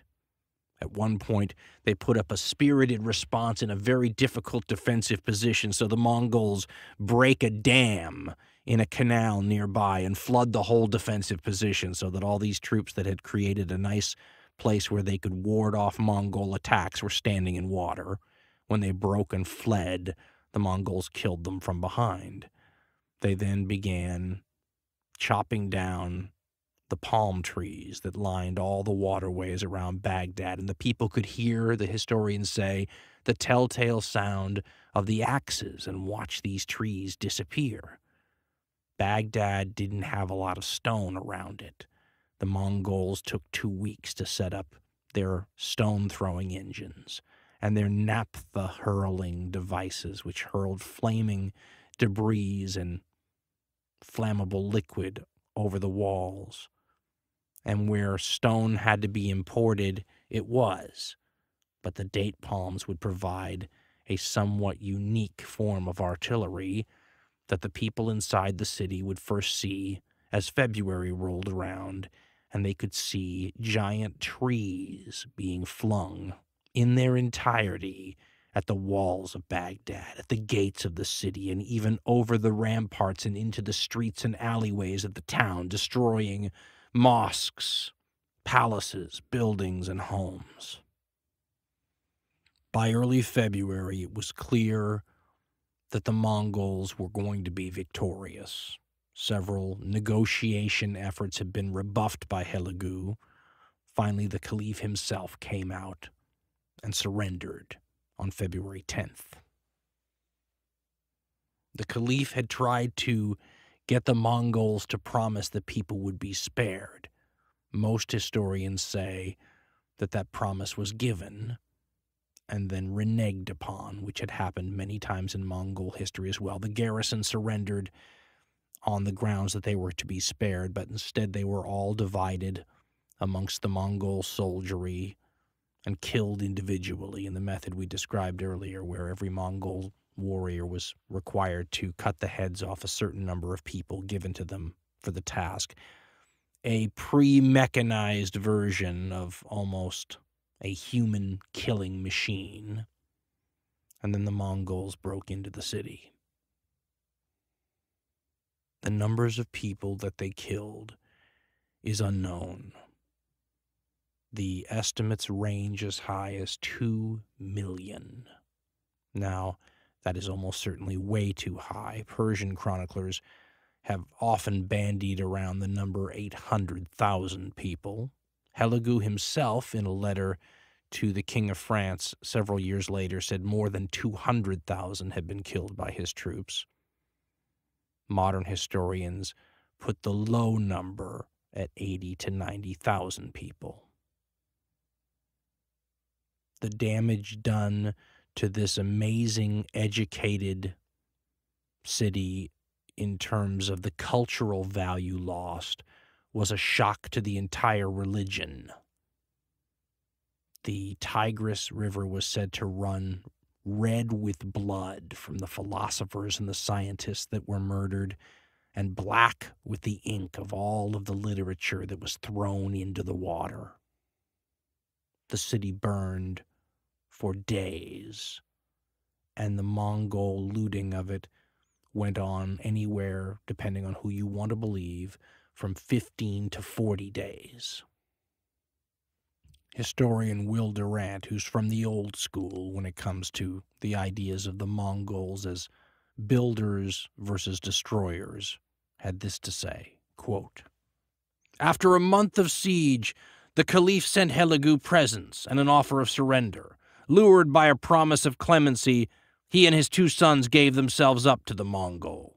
On February 13th, 1258, Helagu and his troops entered Baghdad and began 40 days of pillage and massacre. 800,000 of the inhabitants, we are told, were killed. Thousands of scholars, scientists, and poets fell in the indiscriminate slaughter. Libraries and treasures accumulated through centuries were in a week plundered or destroyed. Hundreds of thousands of volumes were consumed." End quote. Author Stephen Dutch wrote this about the long-term impact. Quote, "Iraq in 1258 was very different from present-day Iraq. Its agriculture was supported by canal networks thousands of years old. Baghdad was one of the most brilliant intellectual centers in the world. The Mongol destruction of Baghdad was a psychological blow from which Islam never recovered. Already, he says, Islam was turning inward, becoming more suspicious of conflicts between faith and reason, and more conservative. With the sack of Baghdad, the intellectual flowering of Islam was snuffed out. Imagining the Athens of Pericles and Aristotle obliterated by a nuclear weapon begins to suggest the enormity of the blow. The Mongols filled in the irrigation canals and left Iraq too depopulated to restore them." End quote. Many historians have said that Iraq only recovered to the levels that it had been in the 1200s in the 20th century. Other historians have suggested that the Mongol damage inflicted on both China and the Islamic world, the 2 leading civilizations of their day, left Europe in a commanding position. Europe had not been one of the leading civilizations for some time, but the destruction and laying low of 2 civilizations that led them in so many ways left the door open for Europe to take control over the next several centuries. Historian David Nicole says that Europeans, Christians, and others rejoiced at the destruction of Baghdad. But he writes, quote, "Sunni Muslims were, on the other hand, appalled. The cultural costs of the Mongol invasion were already enormous in terms of cities, libraries, and schools destroyed, and teachers and scholars killed or dispersed. The damage wrought to Iraq's irrigation system," he writes, "is only now being reversed with 20th century technology and oil wealth. Some scholars have even suggested, he says, that the rise of Western European civilization from a position of cultural and technological inferiority to world domination was in part due to the devastation inflicted on the Muslim world by the Mongols, coming so close after the Crusaders' sack of Byzantine Constantinople in 1204. End quote. In other words, the Europeans who will begin to dominate the world in the next couple of centuries benefited mightily from the fact that the Mongols brought down two civilizations that were, without doubt or question, ahead of the Europeans in cultural and civilizational sophistication, the Chinese and the Islamic world. We can talk all day long about the benefits that Mongolian conquests brought to the world in terms of trade and the diffusion and spread of culture from areas that did not have previous contact with each other. But let's remember at what cost that arrived. Historian David Nicole also writes what happened to the Caliph of Baghdad. He says for a while he was treated well by Hulagu, and then, quote, various stories are told of the manner of his death. Nasir al-Din Tusi, who may have actually been present, tells how a tray of gold was set before the caliph. Eat, demanded Hulagu. It is not edible, answered the caliph. Then why did you keep it and not use it to pay your soldiers, asked Hulagu. And why did you not make these iron doors into arrowheads? And why did you not come to the river and try to stop me crossing? That was God's will, the caliph replied. What will now happen to you is also God's will, was the Mongols' chilling response. Some say, Nicole writes, that the caliph was then locked in a tower with his own treasure and starved to death, but this is almost certainly a myth. Others speak of him being cut down by Hulagu himself, or by his commander, or by Prince Hassan Bosch, who led the Georgian cavalry. The most convincing account tells how the caliph was wrapped in a carpet and kicked to death, a much more likely Mongol method of execution for someone of noble blood. End quote. The execution of the caliph was merely one death among perhaps hundreds of thousands, as the city of Baghdad was choked with corpses in the heat, rotting. We're told that the stench was so bad and so potentially illness-inducing that Hulagu and his command staff leave the area of Baghdad for their own safety. Remember, Hulagu is a Mongol commander who must have seen this same scene repeated over and over and over again during his lifetime. The fact that he leaves the scene seems to suggest that the amount of death and destruction in Baghdad was extraordinarily large, but it wasn't total. As a matter of fact, there were some parts of the city that were completely spared. They involved no death, no destruction, no molestation, and no looting at all. This by the orders of Hulagu himself. For example, the Christian churches in the city and all Christians who took refuge there had been spared by the Mongols. One of the reasons why?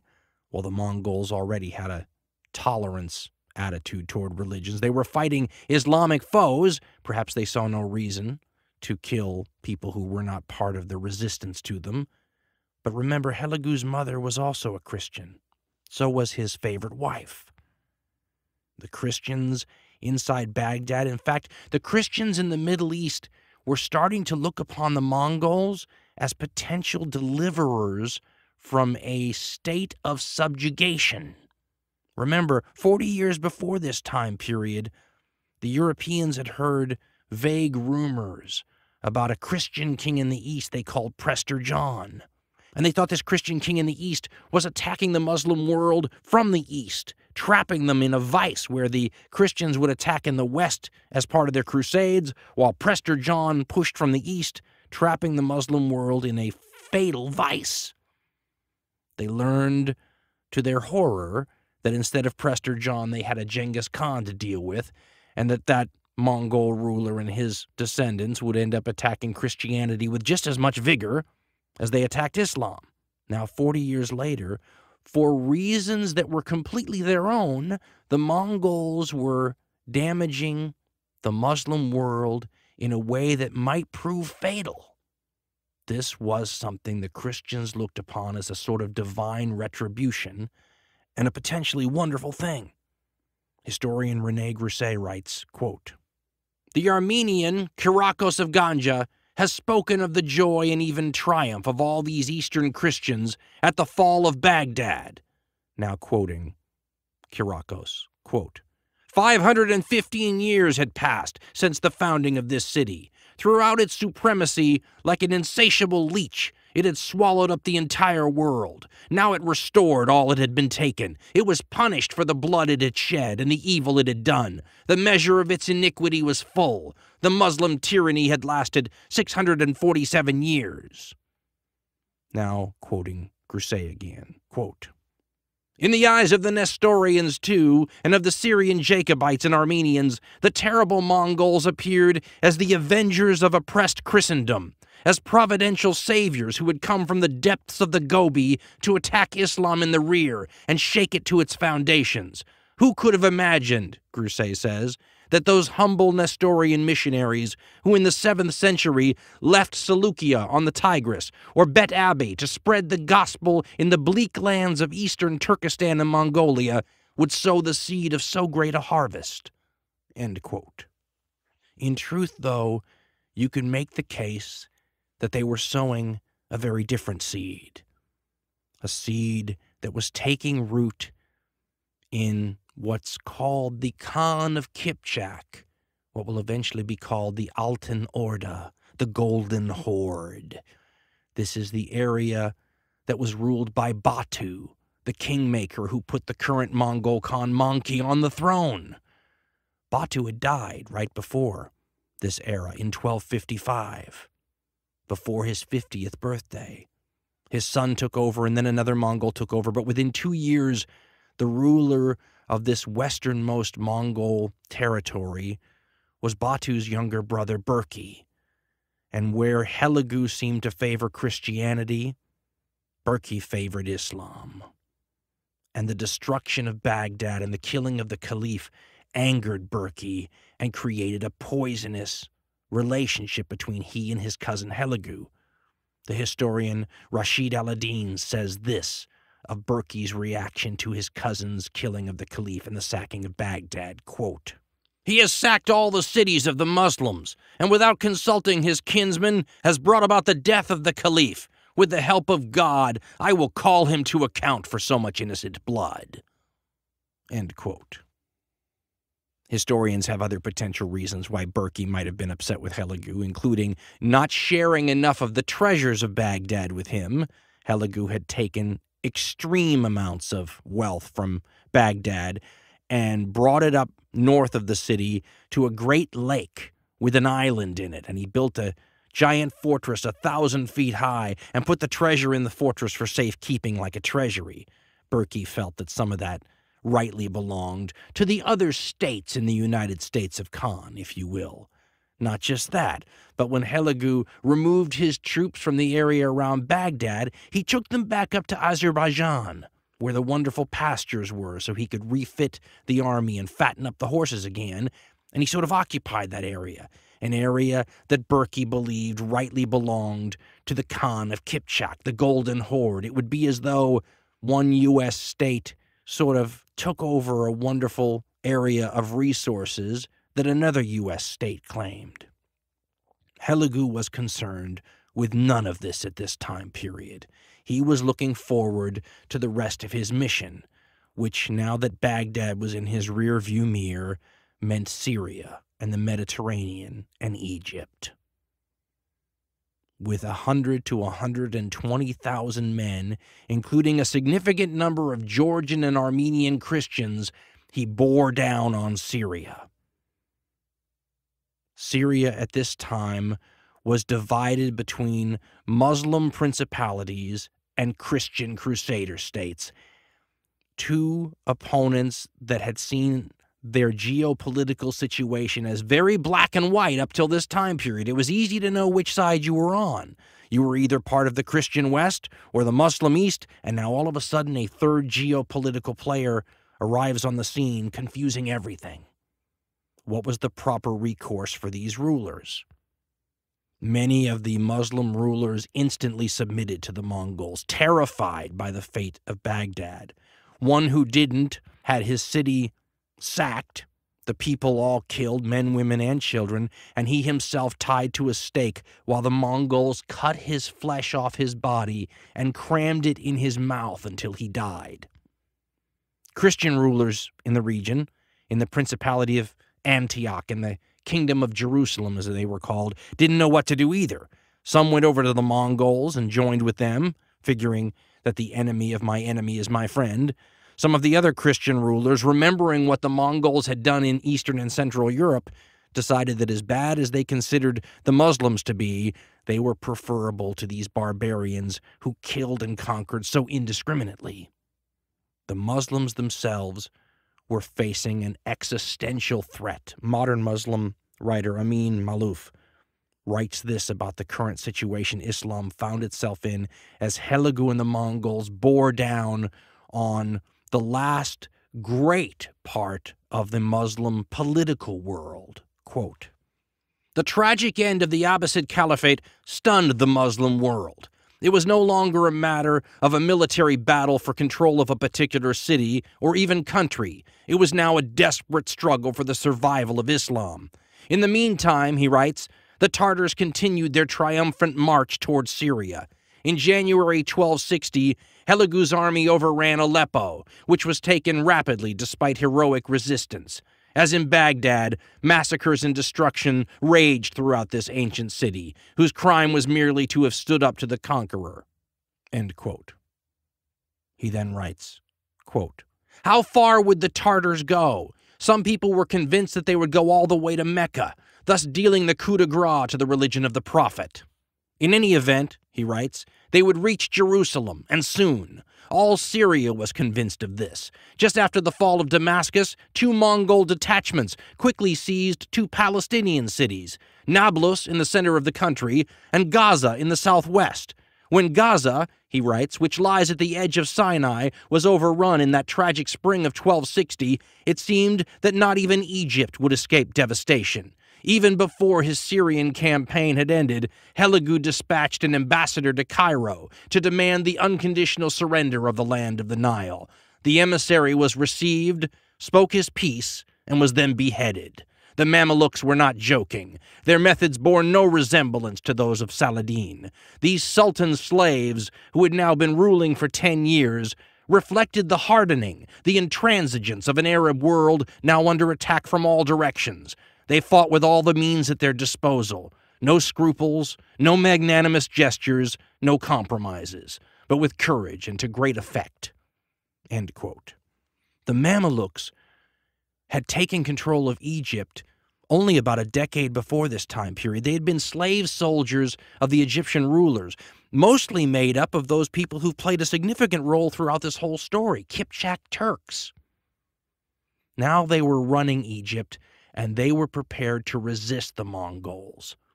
The message that Helegu had sent to the Mamluk rulers, that was spoken, and then the emissaries who delivered the message had their head cut off, was typical Mongol, horrific stuff. But it's interesting that it also contained a bit of the Mongols' view of what they were doing. They saw themselves as purifying the world, creating the conditions where Mongol rulership of everything would usher in a better age. It reminds one of, the way the Nazis would sometimes portray the killing of Jews and Slavs and Untermenschen, that this was somehow for the betterment of the world down the road. And here's the message that Helegu sent to the Mamluks. Quote, "You have heard how we've conquered a vast empire and have purified the earth of the disorders which tainted it. It is for you to fly and for us to pursue. And whither will you fly? And by what road shall you escape us? Our horses are swift, our arrows sharp, our swords like thunderbolts, our hearts as hard as the mountains, our soldiers as numerous as the sand. Fortresses will not detain us, nor arms stop us. Your prayers to heaven will not avail against us. We mean well by our warning. At present, you are the only enemy against whom we have to march." End quote. That last line was meant to convey to the Mamelukes that the Mongols were not divided. Their entire army in this part of the world was going to bear down on Egypt, and 120,000 troops were about to take Egypt and sweep it away. And then, at just this time, the gods of history deal another wild card. The same wild card that 20 years before this time period had saved Christian Europe from the Mongol wrath.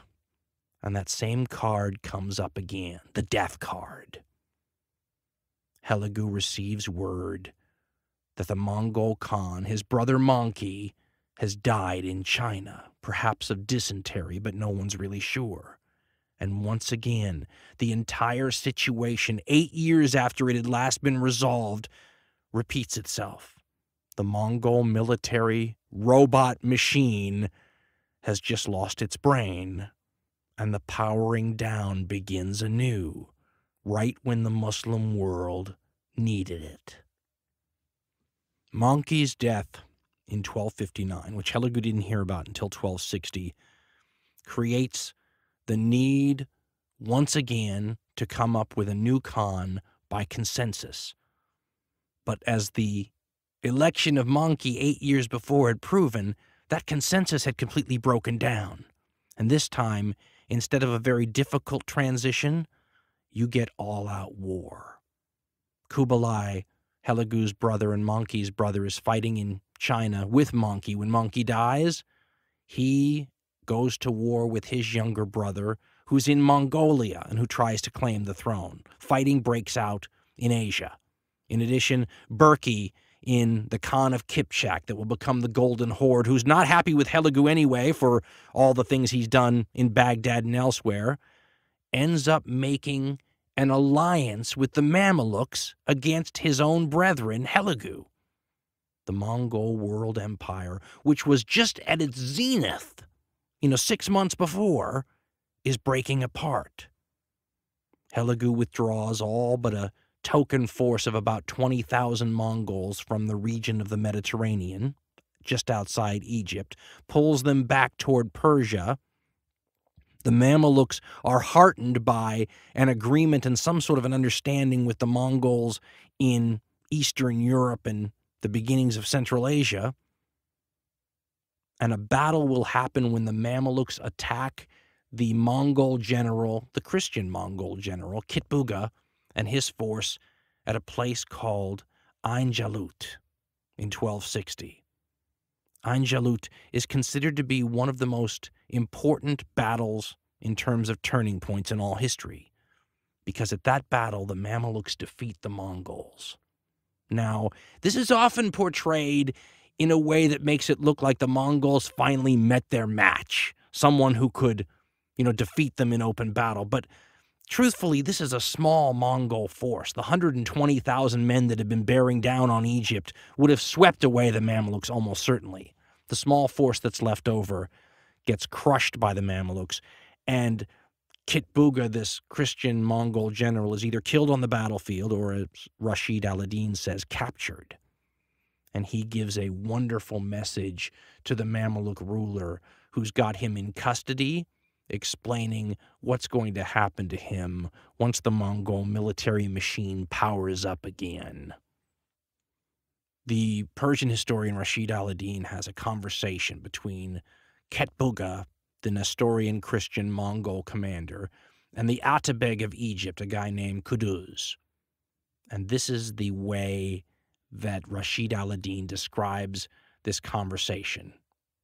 Quote, "Despicable man," said Kuduz, "you have shed so much blood wrongfully, ended the lives of champions and dignitaries with false assurances, and overthrown ancient dynasties with broken promises. Now you have finally fallen into a snare yourself. If I am killed by your hand," said Kitbuga, "I consider it to be God's act, not yours. Be not deceived by this event for one moment, for when the news of my death reaches Hulagu Khan, the ocean of his wrath will boil over, and from Azerbaijan to the gates of Egypt will quake with the hooves of Mongol horses. They will take the sands of Egypt from there in their horses' nose bags. Hulagu Khan has 300,000 renowned horsemen like Ketbuga. You may take one of them away. Kuduz said, Speak not so proudly of the horsemen of Turan, for they perform deeds with trickery and artifice, not with manliness like Rustam. As long as I have lived, replied Ketbuga, I have been the Padishah's servant, not a mutineer and regicide like you. Finish me off quickly. Kuduz ordered his head severed from his body. End quote. That last slam by Ketbuga referred to the fact that Kuduz and his masters had killed their employer and taken over Egypt, whereas Ketbuga was a loyal servant of the Khan. Ketbuga's threat, though, could never be adequately carried out, because what he didn't know was that never again would a Mongol army supported by the entire united Mongol world empire take the field. Those days were over, and already war was brewing between several of these states in the United States of Khan, which was united no longer. The year 1260 is the critical year in Mongol history, the one that most historians, although not all, usually cite as the end of Mongol unity. There will be times when rulers will try to recreate the empire of Genghis Khan, usually involving horrific amounts of bloodshed and violence, such as that caused by a distant relative of Genghis named Tamerlane not long after this period.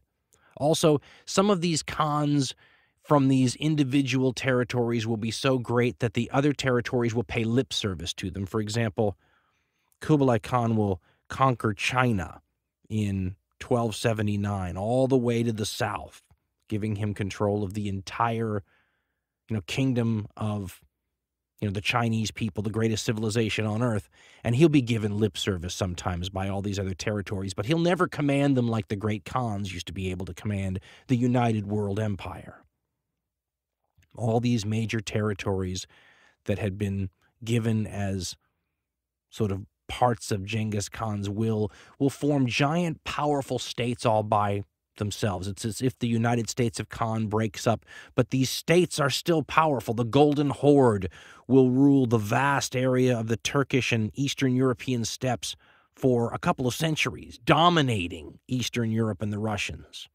The Ilkhans, as Hulagu's descendants will be known in Persia, will rule Persia for some time. Kublai will become so dominant in China and so Chinese, and some have argued that he was almost kind of Chinese from birth. He was a very different sort of Mongol from the very beginning, very fascinating figure and deserving perhaps of his own hardcore history episode sometime. But he will be hailed as the founder of the Yuan dynasty in China, a legitimate Chinese dynasty.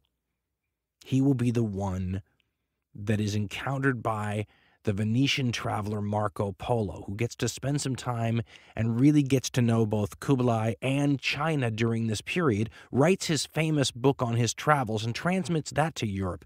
And it's from Marco Polo you can already begin to see the revisionist Mongolian narrative history begin to develop, because whereas the people in the Middle East remember the Mongol conquests as horrifying, the historians who have to write under Mongol control put a different spin on things, as you might imagine.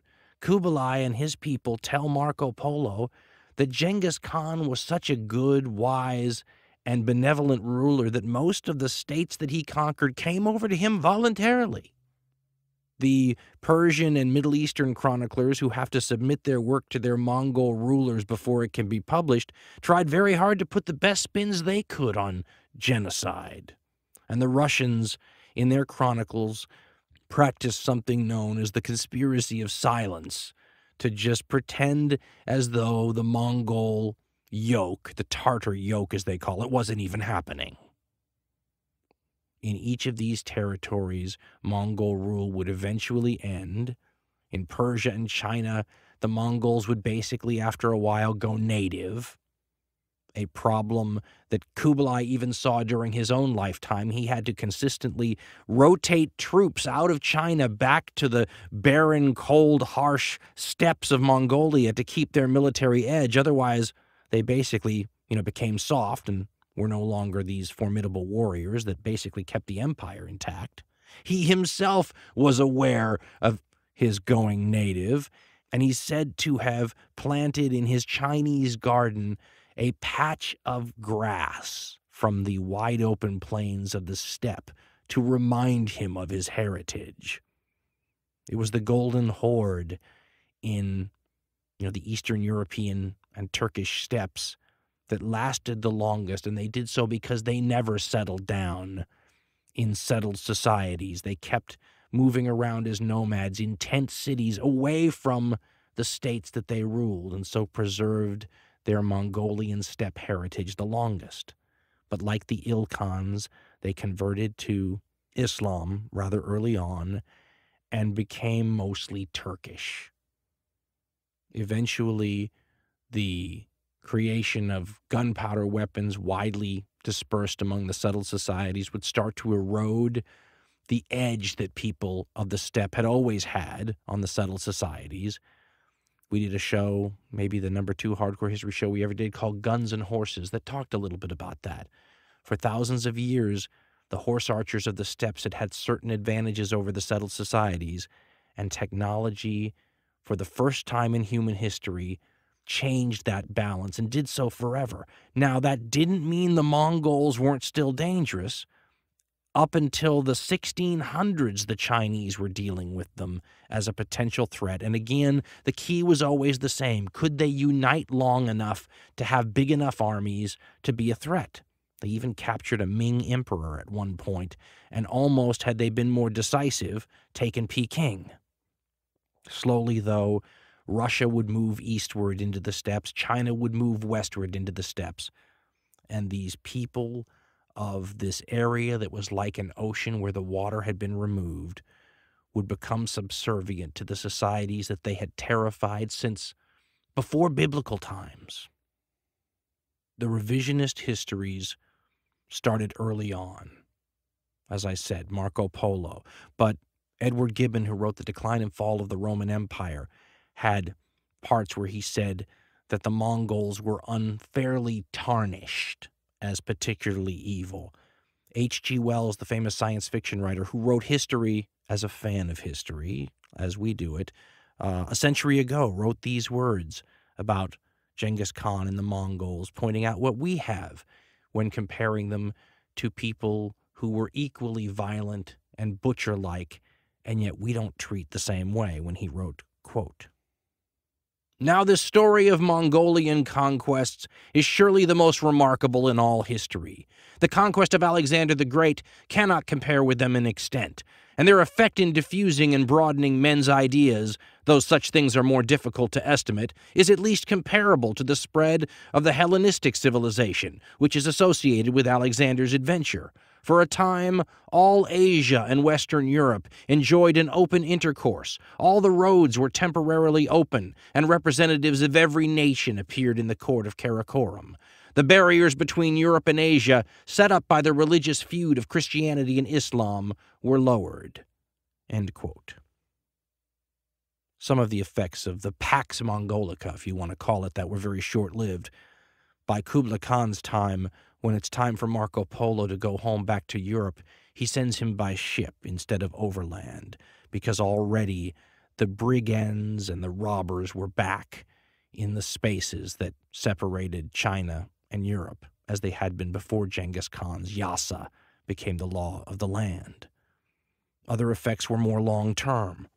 The transmission of technology, the crushing of the superiority of Chinese and Islamic civilization in such a way that it left a vacuum that perhaps the Europeans were able to fill, a people that at the time were certainly number 3 on the great civilizations list at best, and all of a sudden were able to take charge of world affairs for the next several centuries. And as some historians do, perhaps claiming that the Mongols are responsible for the era of exploration that starts off with the finding of the New World, among other things, although one might, if one were Native American, consider that to be just one more genocidal legacy of the Mongol conquests. It's all a point of view thing. Now, it's worth examining a few questions concerning the Mongols and how you judge them. There's no question that we today have benefited mightily from the Mongol conquests. It's also no question that the people who had to live through them paid an enormous bill for, the meal we're metaphorically eating now. I've read historians who try to claim that you can't blame people like Genghis Khan for the amounts of death and suffering caused because he didn't know better. You hear this sometimes about other tribal peoples, that because they were not raised in societies that frowned upon the killing of other human beings the way we do now, you can't hold them accountable. He didn't know that killing people in settled societies was this horrible crime against humanity. I've actually read that while Tamerlane can be held to account because he was raised in cities where this was taught to him, Genghis Khan, as a nomadic steppe warrior, was raised in a different culture with different values, and so should not be held to account the way you would hold an Alexander to account, for example, who knew better than to kill other human beings. I've also read historians and non-historians recently who will try to play down the number of deaths as exaggerated so that we can examine the Mongol benefits in a more positive light. I read one recently who said that this idea that the Mongols murdered 80 million people, which is a high-end number for sure, is a joke, and that it's no worse than somewhere around the 35 million mark. That to me strikes a chord that reminds me of Holocaust deniers who will say something like 6 million Jews didn't die in the Holocaust. It's much more like 3 or 4 million, as though somehow that lessens the evil significantly. The real unfairness to someone like Genghis Khan and the Mongols is when we treat the mass killings and sufferings and rapes and slaughters and slavery that they did differently than we treat the same deeds carried out by Alexander and Caesar and people like that. It's also worth pointing out the claim made by some that what the Mongols did was eminently justifiable, that they were acting to fill the needs of their people. For example, when the Chinese or the Islamic societies would cut off trade with the nomadic peoples of the steppe, that they had to do this in order to provide the necessities of life for their people.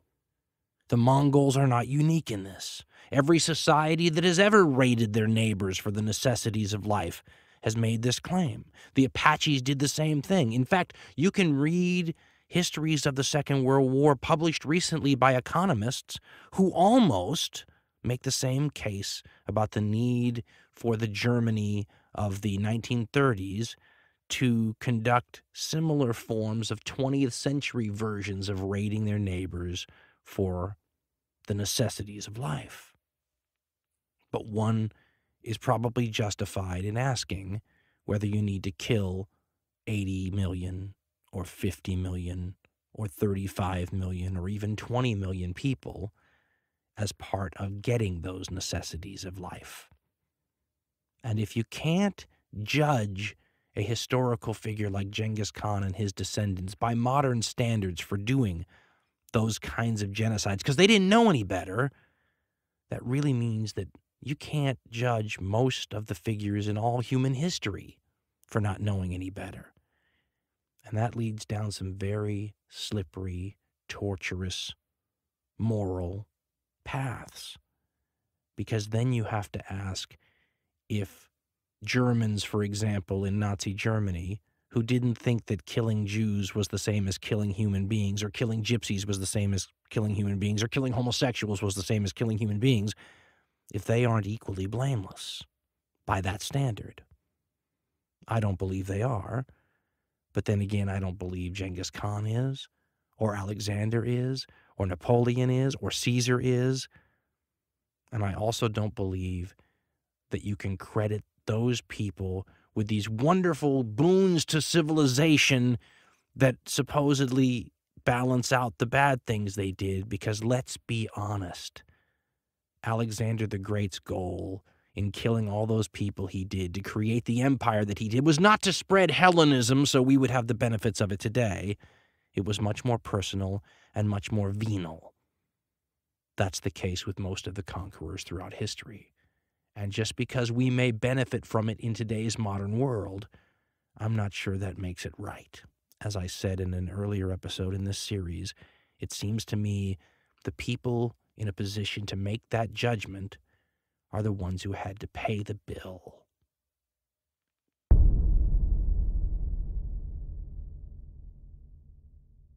Hi, everyone.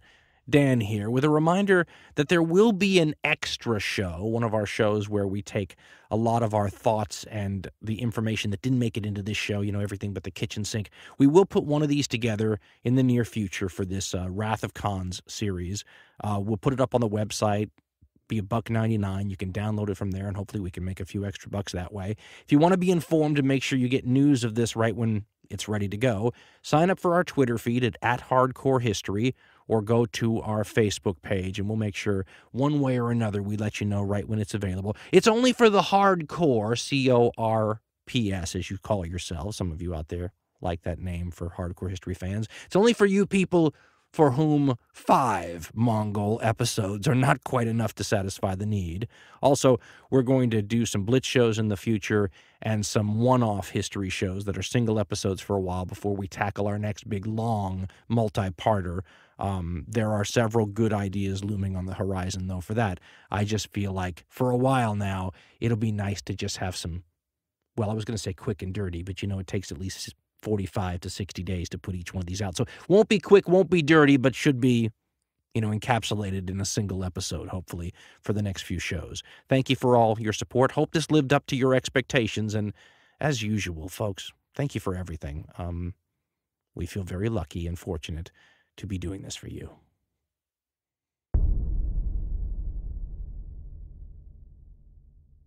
Go to dancarlin.com for information on how to donate to the show. Hey, $1 a show.